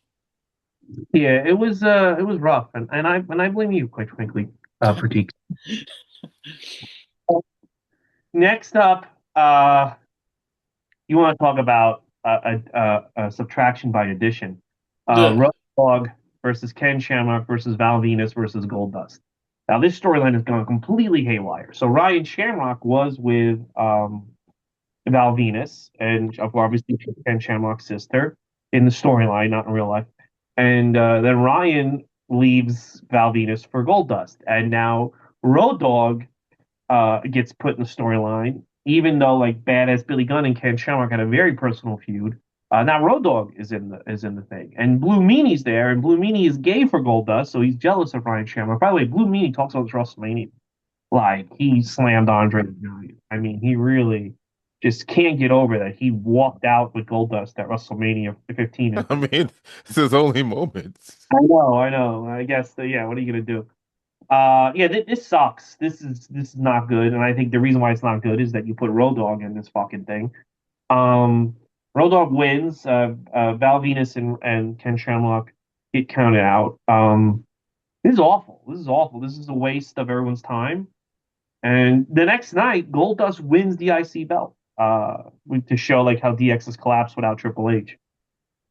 I thought this was a waste of time. What do you guys think? I don't really have anything good to say about it. I mean, the crowd like the Road Dog. That's about Yeah, it. They're really into that. he's not good. He's not Yeah, good in not good at anything actually, Road Dogg, if you think about it. he's good. The intro. People love the intro. Ladies and gentlemen, yes, he's good at that. That's fun. But no, yeah, it's a very bloated WrestleMania, and you had to get these people on the card, I guess. And that's what this match was. That's it. Yeah, it's just like a waste. Pratik, your thoughts?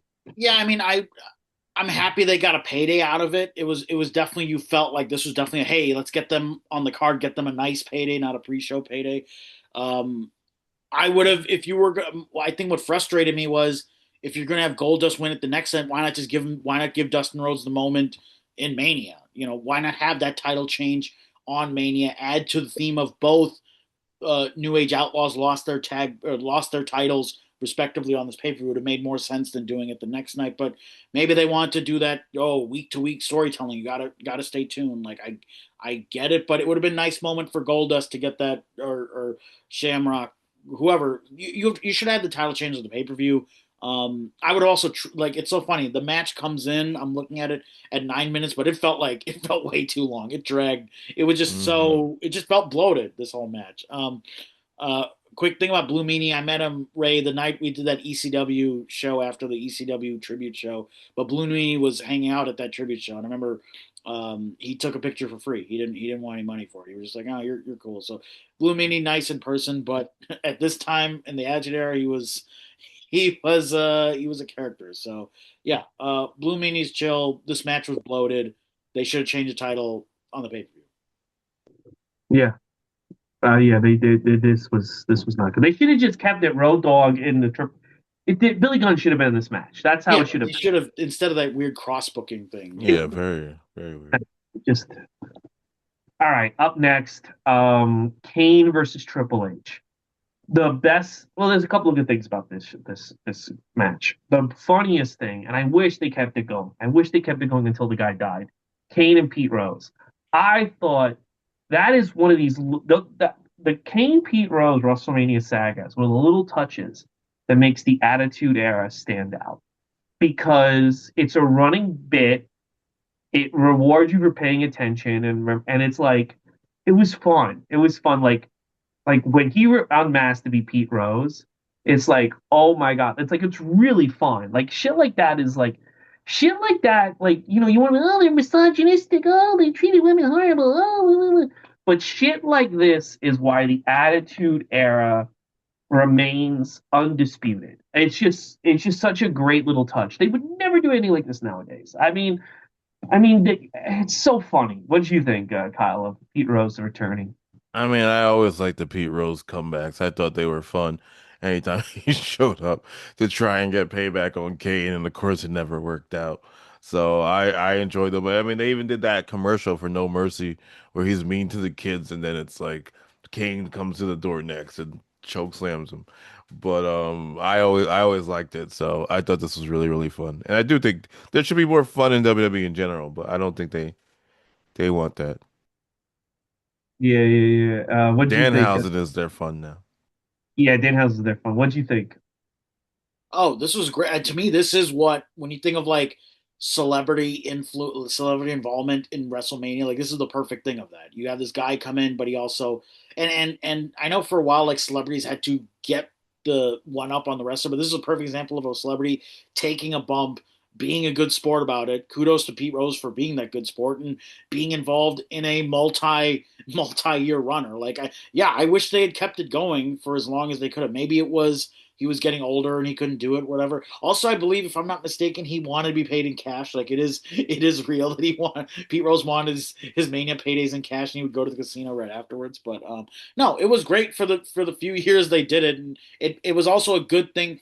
I think it also helped Kane too. It kind of make him look like a monster, and beat the fuck out of somebody. I feel like the equivalent of that is if they have like Jacob Fatu beat up Eric Andre every other week. Like that would be kind of the cool little thing to keep going. If they have to do that, get somebody over, make them look like a tough guy, and if the celebrity is a fan and doesn't mind taking a bump, do it. Like. So yeah, I think they could do that with other celebrities today. You could have Yeah. moments like that. I don't mind seeing it. So yeah, kudos to Pete Rose. And yeah, he got paid in cash. For him, I love it, and hopefully he gambled. Okay, Kane versus Triple H. Honestly, this match is nothing to write home about until the ending. They really don't do much in the ring. It's kind of the ending though. Like China, this starts a great swerve because when I watched it live, I was like, all right, like they fooled Kane, ha ha ha. It's DX is back to 100%, and we're gonna keep going with DX. Like really got you, it really got you. So I like the swerve of China turning on Kane, even though she just turned on Triple H. I like it, but it leads to something better on the show. So I think overall, without that swerve finish, this match kind of stinks. What do you think, Kyle? Yeah, I agree. I think Triple H and Kane have always kind of had weird matches with each other, never really anything to write home about, and this is just another one of them. But this match is all about the swerve. It's about the chair shot, the reunion, and I mean, I felt the same way you did. I think everyone did. Everyone thought that DX is going to be back together, and we find out very, very soon that that is not the case at all. But yeah, this is really, again, a moment show. The match is whatever, but that moment of them reuniting, which they kind of miss on the camera, but the moment of them reuniting is what's important. Yeah, no, it's really cool. It's really cool that they start off the swerve with this. What do you think, Pratik? I was expecting. I thought I would like. I thought I remember the match being better. I was kind of disappointed in the lack of chemistry between Triple H and Kane because this was like a big marquee singles feud on the Mania pay per view. So I would have expected they would have had better chemistry, but unfortunately they didn't. But yeah, we remember the moment. And I know I was on the Survivor Series Deadly Game episode that we talked about where Russo did a good job of planting these turn seeds and you got to see the turn in real time and I liked how that still played out. So I have to give, as much as I don't like giving credit to Russo, I have to give them credit for the storytelling of this. It did play out very well. So I have to give them credit where credit's due. But match itself is nothing, kind of bloated, kind of long too. It's like one of their longer matches too. It's like 11 minutes, but it just the match itself was I whatever. I don't know what it is about Triple H and long WrestleMania matches, but he always seems to. It's almost like, and I love Judd Apatow movies, but there's this thing called the Apatow 20, where the Yeah, movie gets yeah, 20 minutes longer than it should be. yeah. That is Triple H in almost all of his WrestleMania matches. If this thing was just a Specifically his little Mania. Yeah. shorter, Mhm. fine, but they're always so long, and you're just like, oh, forget about it. I mean, in the later years, his intro takes like 20 minutes too. Oh God. Ugh. 35, he has the longest match on the show. Now that was kind of almost like his retirement match. We didn't know at the time, but yeah, that I remember being like, when is I was there live, like, when is this gonna end? Isn't this about the women? I thought this was the WrestleMania about the women. When is this fucking Yeah, match? yeah, it went No, longer I than the was main there event. too. Yeah, Yeah. which is yeah. Mhm. So all right. So up next, man, I've been really praising this woman. And then we get here. Sable versus Tori. And Nicole Bass gets involved. And Nicole Bass, just from what I heard, was not a good person. This is kind of the end. I don't know if Sable stopped giving a shit or if her skill set had reached its this match is horrible, horrible. I mean, you compare it to a year ago, where Sable had one of the best matches on the card. This is atrocious, and the gyrating she does, it looks so unnatural. It looks like someone put a gun to her head and told her to gyrate like that. Like she does not want to gyrate like that. She does it over and over. It's not sexy. It's not. It's not anything.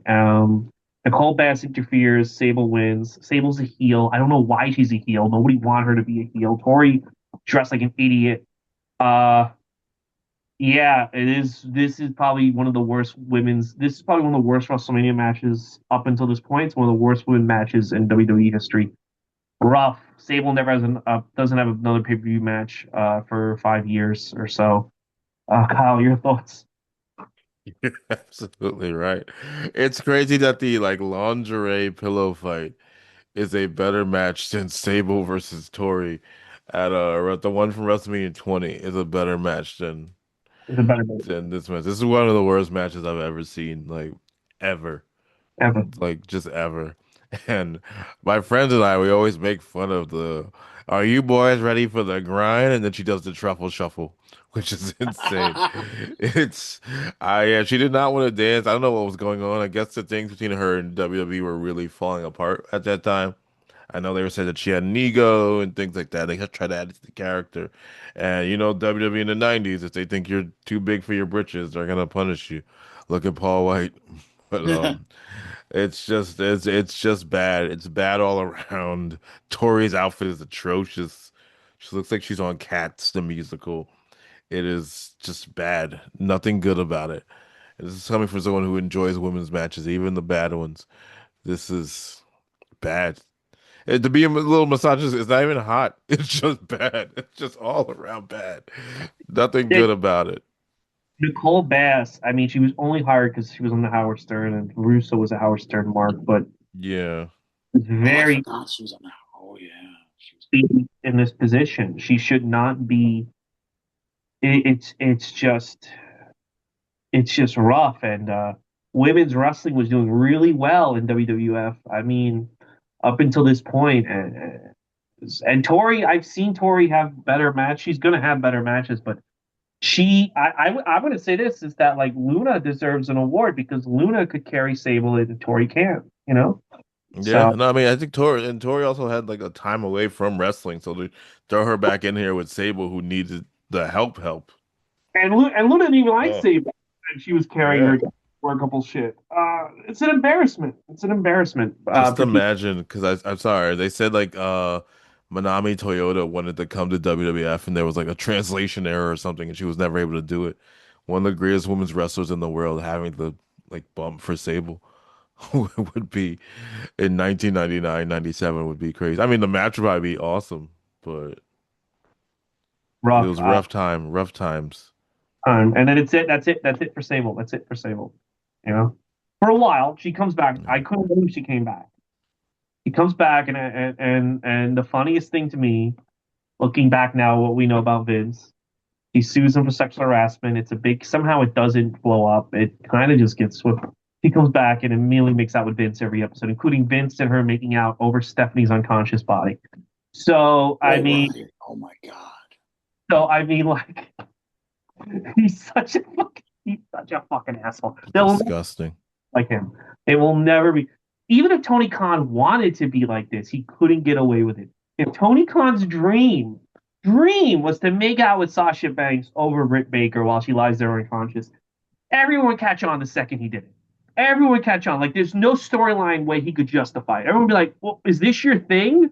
Why?" You know what I mean? Like they would just catch on. And Vince like just was like, "Fuck it, I'm doing it," and nobody caught on. I mean, people caught on, but it was like he just did it anyway. No, I mean we're a lot more observant. Like you can't. This is I don't even watch the show, but you can't even tie somebody up in a reacher without somebody being like the writer's trying to put their fetish in.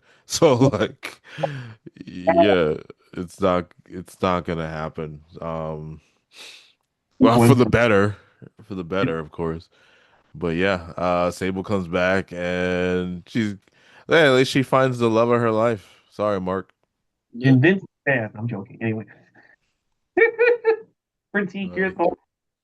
I mean, yeah, this is definitely this belongs like in the Hall of Fame of WrestleMania blunders. Like this is a mess. Real shame. And again, I think I was gonna say that, but I know you mentioned it. But like, yeah, I think kudos to people like Luna Vachon, those dance partners that truly know how to make someone. Like I think also there's a story that after that WrestleMania 14 match, like nobody even came up and said thank you to Luna Vachon except for Owen Hart. That's the only one who went up to her and said thank you for doing that, because it would have that would have been a big clusterfuck too if that match hadn't gone well, and that ended up being a great, like, just Like perfect dance. So it's a shame to see where we are a year later, and yeah, it's it's unfortunate, and it's funny, like you said, yeah, Tori has had better matches, so I think she was just inexperienced at the time. I'm just trying to think who else could you have just run. Could you have run back, a singles match with Luna Shawn and Sable? Like, what? Who would have been the better partner for her? Maybe Jacqueline. I don't know. Like, I don't know how experienced Jacqueline was at that time. I know she got more experience as she went on, but I'm trying to think who would have been a better maybe. Ivory, maybe Yeah, Ivory. they were really pushing Ivory hard. Oh yeah, that's true. Yeah, Ivory was there. Yeah, Ivory could have done it. I think. Yeah, I don't know. Tori does have some memorable moments coming up. yeah, But yeah. later. Yeah, yeah. All right, up next. I didn't like this match at the time, but now with the benefit of hindsight and knowing what we know about the future, it's better than I thought. It is X Pac versus Shane McMahon. I was when I back in the day, I was like, why does Shane have a match? And then when the match went on this late, I was like, why is this match going on this late? And then when the match went this long, I was like, why is this match going so long? And now that we know Shane wrestles for another 22 years, um, I have to admit that he really holds his own in this match. He does a pretty good job. This is a tall order. He's not a wrestler. He's the boss's son. This match is a pivotal angle towards transitioning to basically this guy, Hunter Hearst Helmsley, running the company one day. And he's friends, his real life friends are involved. Patterson and Gerald Briscoe are involved. This is a fucking big production that could go wrong beyond what Sable and Tori did. And, you got to give the credit to X Pac, of course. But I think Shane really does a great job. And I think he proves that, like, I I belong in this spot. And he didn't convince me at the time, but now he does. He convinced me, like, yes, this was a worthwhile use of pay-per-view time. This was. Now that we're here in 2026, it was. And I got to give him credit. I got to give the guy credit. I didn't give him credit back then, and it's my mistake. He does a great job. But the big news, Triple H turns on X Pac. And this is the moment. This is the moment where the fate of this fucking company was decided.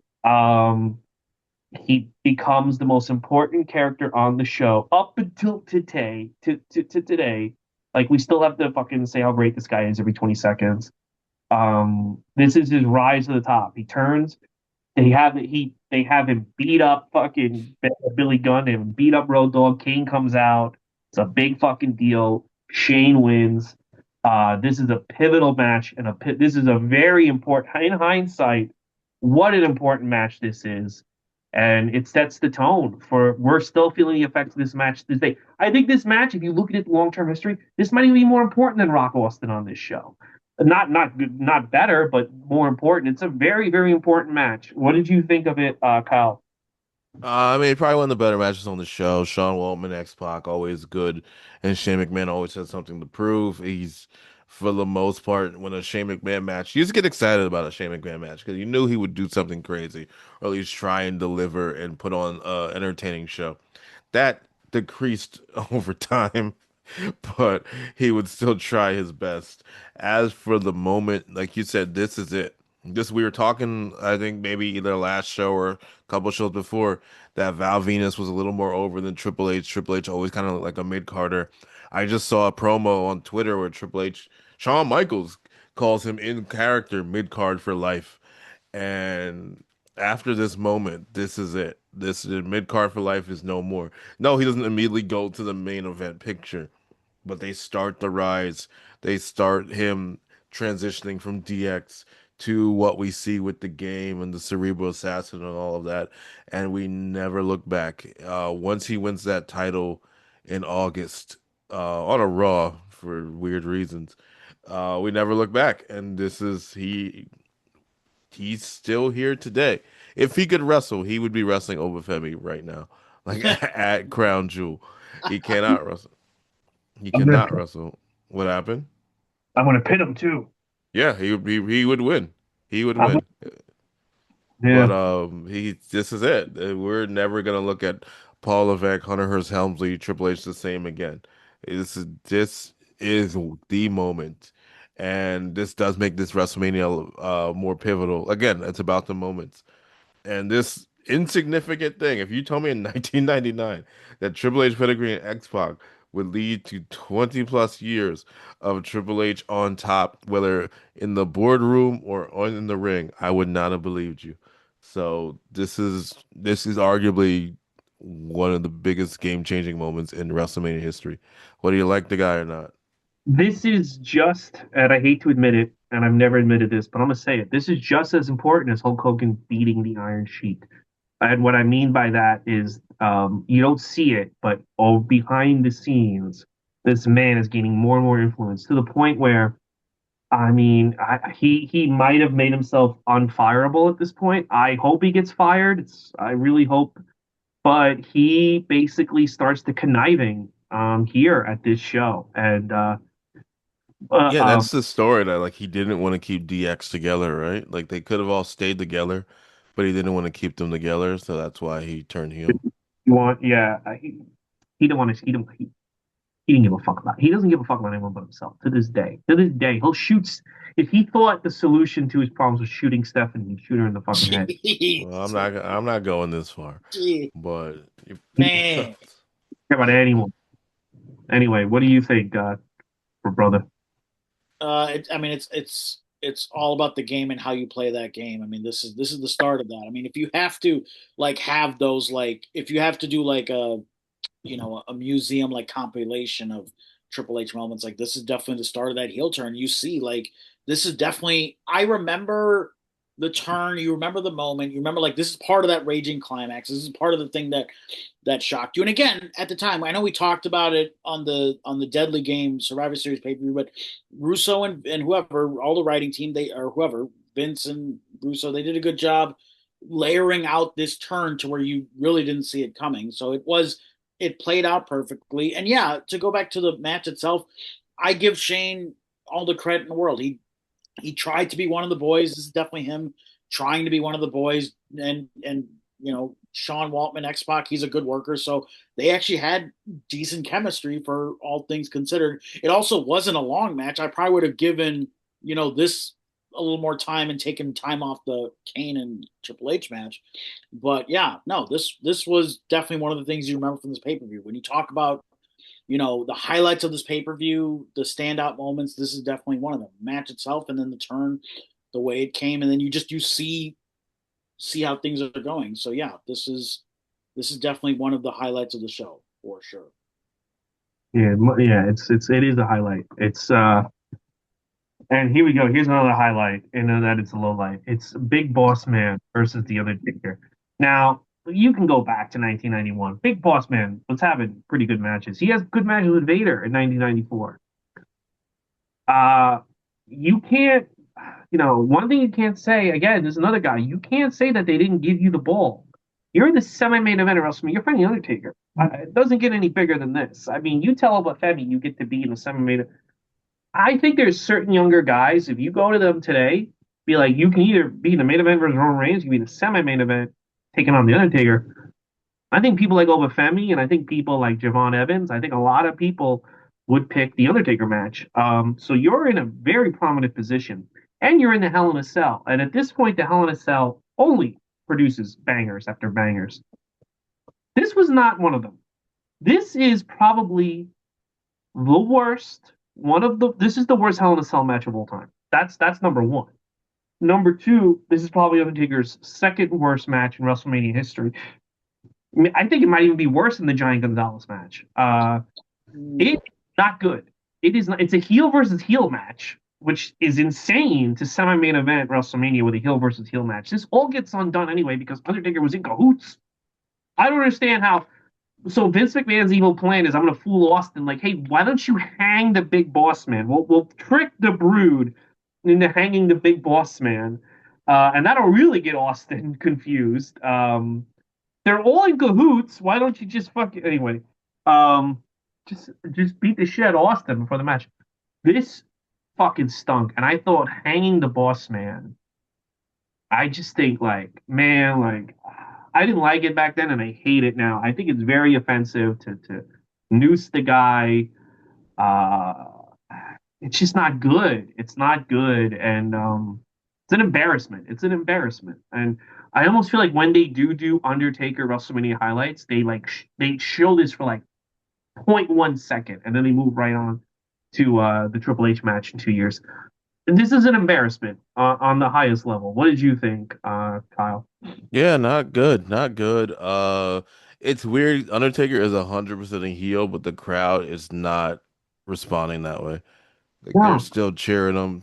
They still care about him until he starts feuding with Stone Cold again.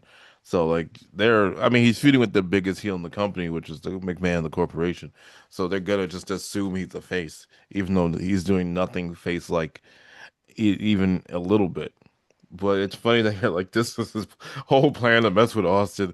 Like it was like a slow burn plan, like something not to like have Austin run out there, but him just being like, "What the hell is that?" and then just keep moving forward. So he mentally chipped away at Stone Cold Steve Austin by doing all these ridiculous things until Austin had no point and had no choice but to get involved. But no, the match is bad. Boss Man being hung is bad. I know the Dark Side of the Ring tried to frame it as once all Boss Man missed his cue at Survivor Series, that's when everything went downhill for him. He missed his cue, I guess, with the chair shot with Gerald Briscoe because he was talking to the Undertaker, and once he missed his cue, they lost the faith in him. And although he does get like a world title, whatever you want to call it, a Big Show, Boss Man feud, he does get that, but he's never looked at in the same light again. The rest of the year. It's not like he moves down the card. They keep him around for the rest in big matches. I mean, he's going toe to toe with Big Show. It's insane, but yeah. Yeah.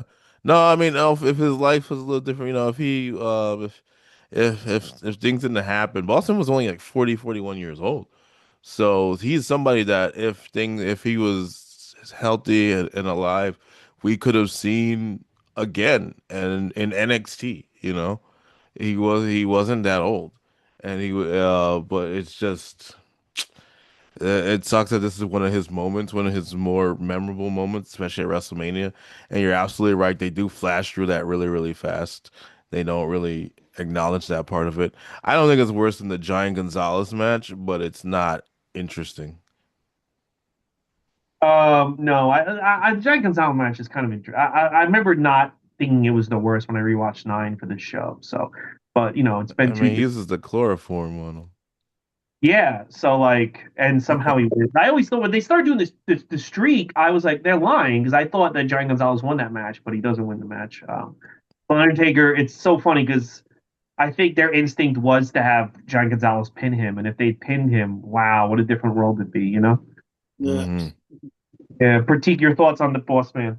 it's definitely, to go from Taker Sean to Taker Mankind. This is the third. Like, this is how you follow up those two Hell in a Cells with this. It's certainly not memorable. I don't know if it's the worst one. I think the worst one is still that, especially when they had the red Hell in a Cell. I think Seth and Bray Wyatt, that debacle. I'm still gonna put that. Oh my God. I'm gonna put Horrendous. that worse than this. Horrendous. Yeah, I think there. I don't think having two heels face it really didn't make sense because no one was cheering for no one cheered for the heel boss man. He was always he was always the corporate asshole and fucking no. I remember he also boss man ended up on America's Most Wanted too for like there was like a bank robber that looked like him. Like he was in these weird moments throughout 1999. He had the feud with I believe the Al Snow Kenneth Wilhelm that was this year too, right? So you had he was involved in Hmm. all these big money feuds. He feuded with The Rock at one point. Like he was feuding with Austin. He was working Austin on live events too. He feuded with the Big Show for the title. Like even though he gets this hanging punishment or whatever, he's still involved in major angles. I mean, he also did the thing at King of the Ring where he lifted the briefcase, but then that was never revealed. Like he's involved in all these moments, and he was always a heel. So yeah, I would have not. I think in hindsight, you could have either run Kane back in the Hell in a Cell with Undertaker. I think that would have been better. Didn't like Ken Shamrock have a feud with the Undertaker later? Maybe you should have pushed that up to Mania and done that instead. I think that would have been better. Yeah, I just think the matchup didn't make sense.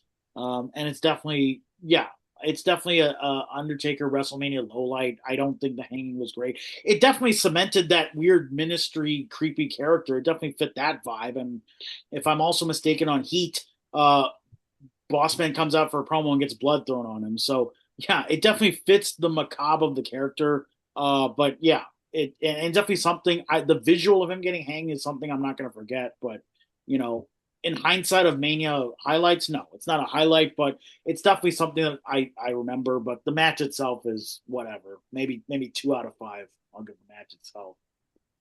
Yeah, it's rough, and they should be ashamed themselves. Okay, His kids so were in the crowd for that too, if the dark side, if I'm remembering correctly. So way to not smarten your family up that hey, daddy's gonna get hung and your kids are there watching that. Like fuck yeah, that. what they get for being his kids. All right, here we go. Nah, Uh, come on. nah, come on, they're great It's people. Oh, it's a good dark side, honestly. It was a good dark side. I gotta watch more Dark Sides. So up next, best match on the show, not even close. Stone Cold versus The Rock. Now, here's one of the reasons why this is the best match on the show. Finally, after months and months, to a point where they want to do a heel turn and turn him into a manager, finally Jim Ross comes back on the call. And Michael Cole is so bad on this show. He's so bad. He's screaming, "Is it symbolic? Is it symbolic?" Remember during the buzzer thing, he's unbearable to listen to on the mic. And Jim Ross, like, I feel like Austin and Rock could have just put each other in headlocks for 40 minutes and it would have been a better match because of Jim Ross. I mean, guys, how bad was Michael Cole on this show? Killer Kyle. Not great. I mean, there's some weird cuts in here. I'm pretty sure. I don't know when he says it, but there's a big cut when he says the Home Shopping Network. Mm-hmm. The Yeah. infamous spoiler, where well, I don't know if this is the reason he was taken off of comedy. I know some people said it was. He spoils that the Home Shopping Network is going to have the interview with the new WWF champion, and then we don't, and then that's it. He doesn't get to call the main event. Michael Cole was in an unwinnable situation. You know, Jim Ross was out. They didn't have any seasoned commentators. This is maybe like his second or third year as a commentator, and it just wasn't good. It wasn't good. He doesn't get good for a while. And I'm glad they brought Jim Ross out because Jim Ross was the perfect commentator, not for that, but all of Stone Cold's moments. Like you picture them hand in hand. You have that commentator. So I loved it. Michael Cole, he will have plenty of moments later. He'll get better, but he'll have plenty of moments later. Yeah. Yeah. Critique your thoughts on the abomination that is Michael Cole. Michael Cole, I mean, yeah, he's never been my favorite commentator, but he does get a little better with time. But also, anybody would get better with that much time. But yeah, you needed Jim Ross for this. I thought it was something where I think he had his Bell's palsy bout, so maybe Well, they just were taking him off. little, yeah. Those balls, They were yeah. not giving him a full run, so because I remember in Beyond the Mat there for that Royal Rumble they showed Jim Ross backstage kind of giving commentary notes to Lawler and Cole. So I think he was still like feeding lines to them a little bit, but of course it's not the same because Jim Ross has that authentic Jim Ross delivery that we love. He's still one of my favorite commentators. You know, I know he's been still having some health problems. I hope, he's in good health or I don't know if he's calling all in on Sunday. That remains to be seen. Yeah, I don't think so. I I know he's feel for him because he thought he's like his contract's coming up. There's no way Tony Khan's letting him go. He's got all these surgeries and things like that. Tony Khan's the kind of guy that's gonna he keep would him keep on him for life. on. I think Yeah. at this point he has nothing left to prove. If he wants to come out for a match, if he's healthy enough and comfortable and can travel there comfortably, do it. But otherwise, he doesn't need to be regularly commentating anything. Keep him for a special attraction if he's healthy enough. But he doesn't to prove anything. He's had a Hall of Fame career, and to go back to this match, yeah, you need him out there for that. Absolutely, he's been instrumental in all these Mania moments. He's instrumental for the Attitude Era. He's instrumental in Austin's moments. I mean, there's a reason Austin said you wouldn't have Stone Cold Steve Austin without the storytelling of Jim Ross. So, and I agree. This match needed that. It kind of infused the pay per view. It almost like shot it in the arm a little bit. So I'm happy Jim Ross came out for it. And the match itself, yeah, it's something maybe the casual fan kind of knew was going to happen. You knew maybe Austin was going to win, but just the way it was done was absolutely perfect. It was Yeah. they got the time. You have two talented workers who you've seen their rise for months and years as we've been calling it, and it was the perfect storm, if you will, of this. Yeah, so let's get into the match real quick. Vince McMahon comes out as the new referee because Mankind was taken to the hospital. Big Show was arrested. Shawn Michaels comes out and tells him he's not the referee, and then he says to him, "I'm not letting." I People laugh that Shawn Michaels does this line, but elite they look. He goes like, "The corporation is there from ringside. Well, you can probably come out." And because Vince does come back out, and I like that because again, my big issue with the Will Ospreay Kenny Omega match, which to me negates everything they did, was the referee throws out Don Callis and then he just comes back, and there's no explanation, and it's lazy to me. And at least Shawn Michaels puts in, well, you might be able to come back, and it's like it's a little line, but it's like at least he's trying to address this fucking giant plot hole of him being the corporation, but McMahon having to come out for the finish. So the match Also, starts. McMahon's the boss, so he can come out if Yeah, he wants to. Who's gonna tell him no? He could also be like, I can't ban you because you're the boss, but I'm banning everybody else or something. Or, Hmm. and he could even, yeah, but it's like, it's just a little bit of effort. That's the thing. Vince Russo does try to make things logical, even just by the littlest bit. I mean, it doesn't always work, but he tries more. And sometimes I feel like AEW doesn't try. Anyway, so it's Rock versus Austin. Austin forgot his vest. He just got divorced. I remember. He So did forget the fest. he's What a not. bad day. So Steve Austin was not in a good place mentally in this match. He feels like his life is falling apart. Having said that, you don't notice it in this match. He is killing it. The Rock, the strides The Rock has made in 2 years from WrestleMania 13 to this show. I mean, this guy just he belongs in the main event. It's so crazy that like it's so crazy how so many new guys aren't having this rapid progression that The Rock had, and it's just wild to me how some people just feel stalled after, even though they've been on the show for like years now. And The Rock, I mean, this is how Braun Breaker should feel like this at this point, and he doesn't. And just terrific. These guys brawl over the arena. Like I said, they use the sign. Killer match. Jim Ross killing it. Then we get the real sonus. A bunch of different referees run out. Vince runs out. Mankind runs out. They count to three. Austin beats the shit out of Vince. Terrific end to WrestleMania. A terrific match. I can't stress enough. This trilogy of matches these guys have is amazing. It's just, and every one of them feels different. And this sets the tone for WrestleMania and the Attitude Era. This is the height of these two men at their power in the Attitude Era, and then the height of even Vince being over as a character. I think about a year from now we're a little sick of Vince as a character, but we're not here. I really love this match. I think this match saves the show. I love it. Kyle, your thoughts? I mean, if you don't have this match at this WrestleMania, then this WrestleMania is one of the worst WrestleManias of all time. It's still pretty bad, but without this match, it is absolutely in the bottom tier of WrestleManias. But Stone Cold, The Rock, you mentioned it, that they have three different matches with each other. Three matches, all three different styles, all three different feelings, three different stories. The people on Cage Match, this is rated the worst one, not in a bad way, but this is the least of the three.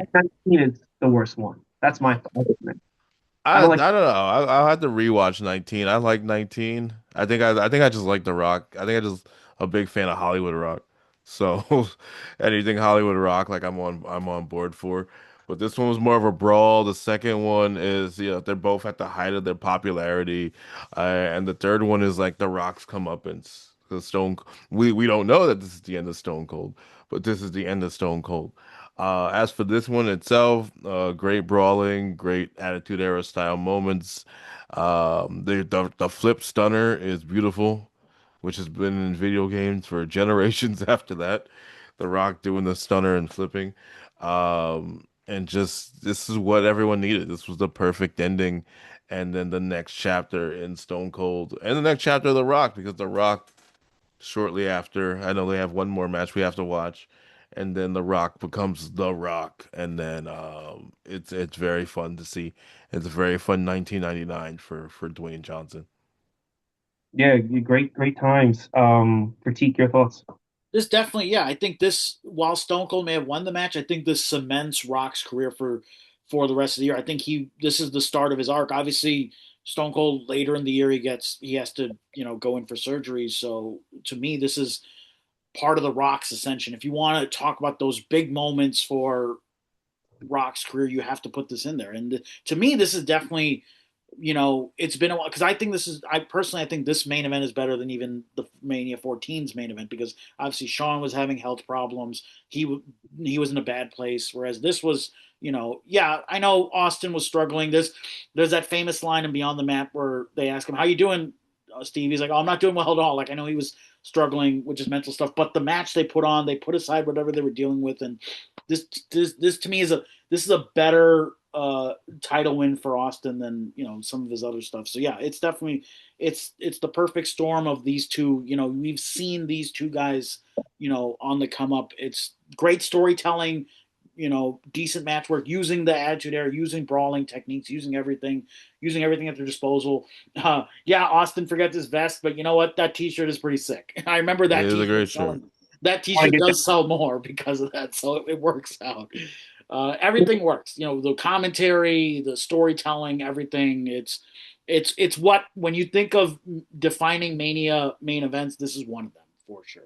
And here's something crazy. This is the best. I think this is the best WrestleMania main events in 6. Let's break it down. 7, Slaughter Hogan stinks. Yeah. 8, Sid Hogan stinks. 9, Yoko Brett. 10, Brett, great finish, but not very fun. Yeah. 11, Bam Bam versus Lawrence. Good for what it is, but it's not anything to write home about. Nothing. 12 is a piece of shit. Fucking All that's right, all right, all right. Oh, you're not a fan of the? Okay, yeah, this is news to me. 13. Undertaker Sid's fine, but it is what it is. 14. How is 12 a piece of shit and Undertaker and Sid is fine? Because it's boring. It's a boring match. And the Undertaker and Sid was not boring? Not no, because it ends eventually. It just ends. Um, so yeah, so we're talking about so then 14 is okay, but six is better than all those matches, and I think this match is better than it is. I don't think it's as good as 6, but it's pretty good, you know. So yeah, I shout out. feel like 12 is debatable depending on how much you like Bret Hart and Shawn Right. Michaels. Yeah. But But 12 makes me sick, makes me physically ill. I can't take it. I'm sorry to hear that. I haven't watched 12 in a long time. Maybe I'll feel that way I watched again, 12 but a couple of years ago, and yeah, no, I mean, I'm a fan of the 12 main event, but yes, I do think 15 belongs in the conversation of mhm. top three main events for sure. That was absolutely. WWEshop.com has a $68 WrestleMania 6 hat. If you want to spend that, if you're spending that much money on a WrestleMania 6 hat, you got issues, bro. Oh yeah. $6. You can get a fucking Survivor Series hat for $7. So I don't know. I barely go to the page anymore because I'm like, all the shirts are like $30. Ugh. More than $30. I'm just like, I'm good. There's still some good deals. So I was thinking about checking out some of the old school wrestler hats. So. There's a red Perils Del Mal shirt. But yeah, overall, Why don't they sell the black one? Black what? The Perils Del Mal? Oh, They don't sell the one that they wear on the show. They're selling this ugly hey, red one. you can get a. Hey, listen, a Sonya Deville shirt is only $3.79. So you know, if you're waiting for your moment to celebrate Sonya Deville, I uh, mean, But they honestly, still have maybe I've been getting holdover merch from the talent that have been let Hit go. Row shirt 474. Come on, so you can't. I've been getting 2X shirts. Ooh, Probably just to see like I like Hot Topic for like $9. So maybe I'm not even joking. guess what? I'm buying this fucking thing. Okay, it's over. The headband shirt is only $5. I mean, that is a stat. They should just get. You know, Wait, it should. Shop has a headbanger shirt. That is terrific. You I'm can so get the Dungeon Dolls for 8.54. This weird Ken Shamrock shirt. Don't hinder Jinder is 569. That's still There you on go. there? Yeah. SummerSlam 94 is 664. I mean, come on. These are pretty good. These aren't the worst deals. Tio Santana 664. You got So a Greg Valentine shirt. Oh wow. I have the Greg Valentine shirt. Actually, You paid people too much. they compliment me. I got it for I think I got it for like $7 on the site. Oh, okay. Street Profits, we are up. So, oh, do you MAGA Funko is $7. It's a Fanatics exclusive. So Xia Li has a shirt. you can pay tribute to the Triple H Hall of Fame shirt, which obviously everybody wanted, is only $7. So, oh, That shows them.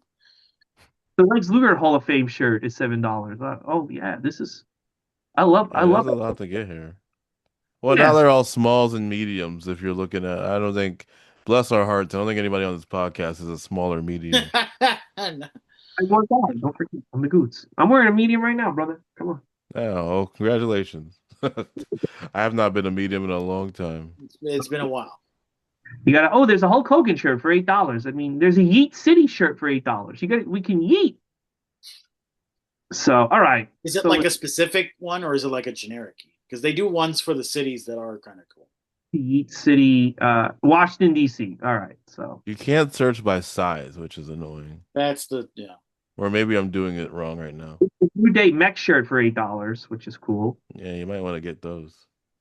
No, I don't think I'm okay. I have two. I have three like New Day shirts. So I'm good. So I don't know how many more I need. Are Gaudio still available on the shop?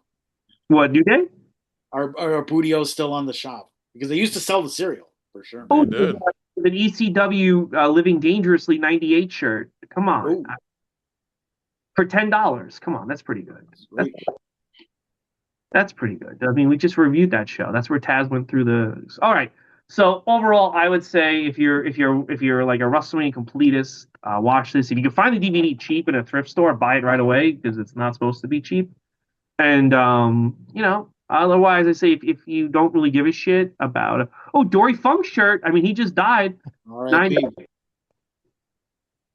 I say watch the show if only if you're interested in what I'm saying, the history. Yeah, I guess if you want to see, it's a trek, but if you want to see it, go for it. I think there's just so many big moments that they've already highlighted and spotlighted. You can also just look at those.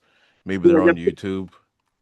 I Yeah. think Triple H versus X-Pac Shane McMahon might be on YouTube. Yeah. I'm sure Austin Rock's on YouTube somewhere. Yeah, Austin Rocco's on. Yeah, it's on the channel, Yeah. or they're Also, all. one on the weird thing for most of the show, at least on Netflix, they didn't censor WWF. But for the world title match, they censored WWF like a ton of times. So I I don't know have. what was up with that. Well, I watched it on DVD. They didn't censor anything except for Michael Well, Cole calling Austin a new champion. I Like, watched and it on Internet Archive, so it was well, I guess that's my fault for watching it on Netflix. on the But Netflix. You want to support your. a really cool Bret Hart shirt for $11. I mean, there is stuff here that if you Does the want. DVD have Sunday Night Heat on it, or just the pay per view? No, no, no, no, something like that. But it does have Austin and Rock doing commentary, like director commentary over the match. You Oh, watch the really? match.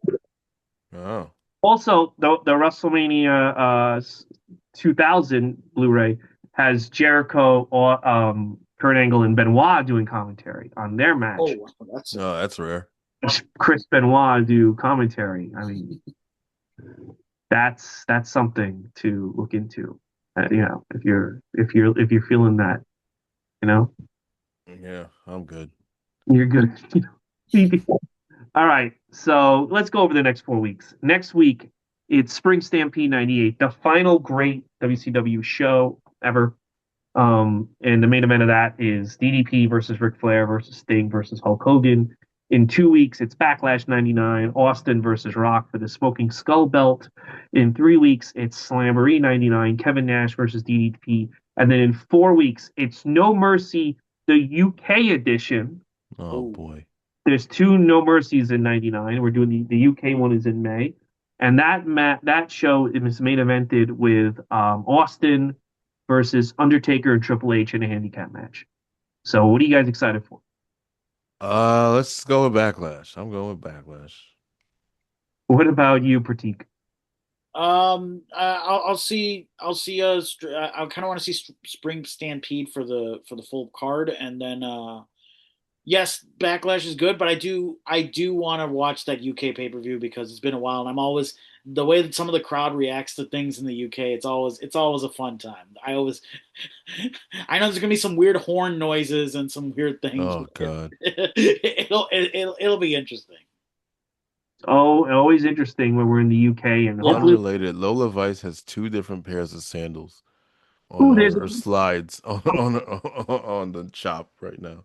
You can get the ones WCW. that say Lola Vice or the ones that say My Didn't Fists Saul Don't Luca Lie, have sandals because which she's make like a no surfer or sense something? because they're on your feet. So I don't know why you would have My Fists Don't Lie on your feet.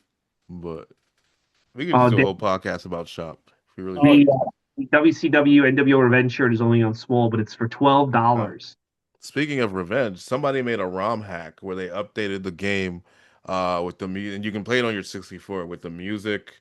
Everyone has their own theme music now. They updated some of the textures, some of the graphics. It's called like Starcade Edition or something like that. So I okay. got to check that out if you want an updated revenge.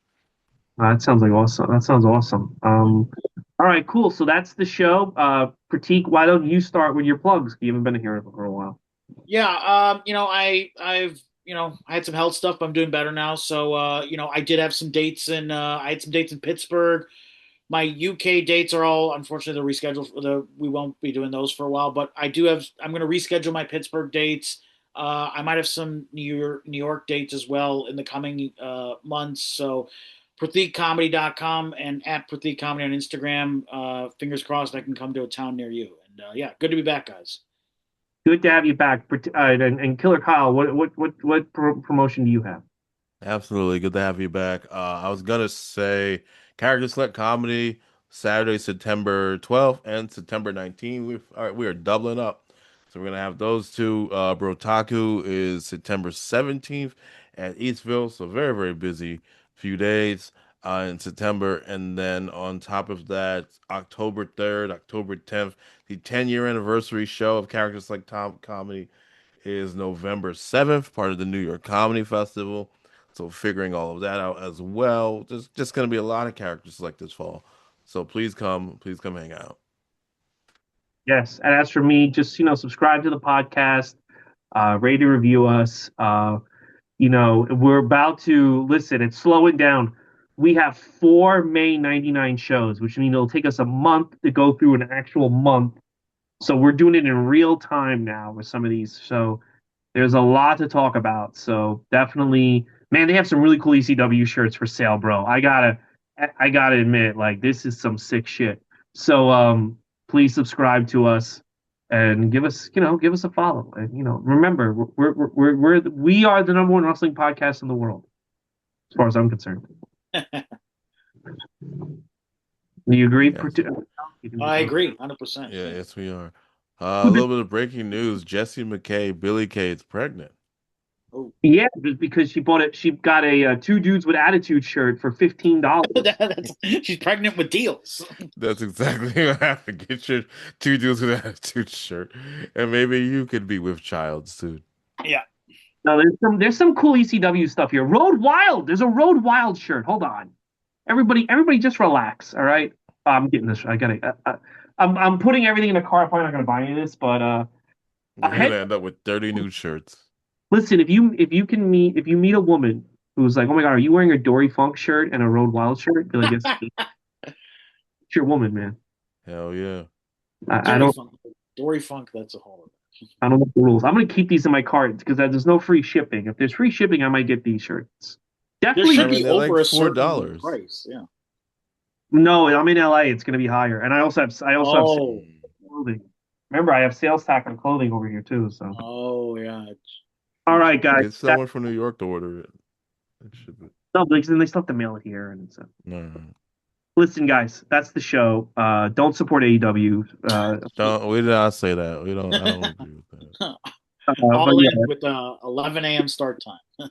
it's a big weekend of wrestling. Support no wrestling. Move on with your lives, and we'll see you next week for Spring Stampede. Thank you, guys. Thank you.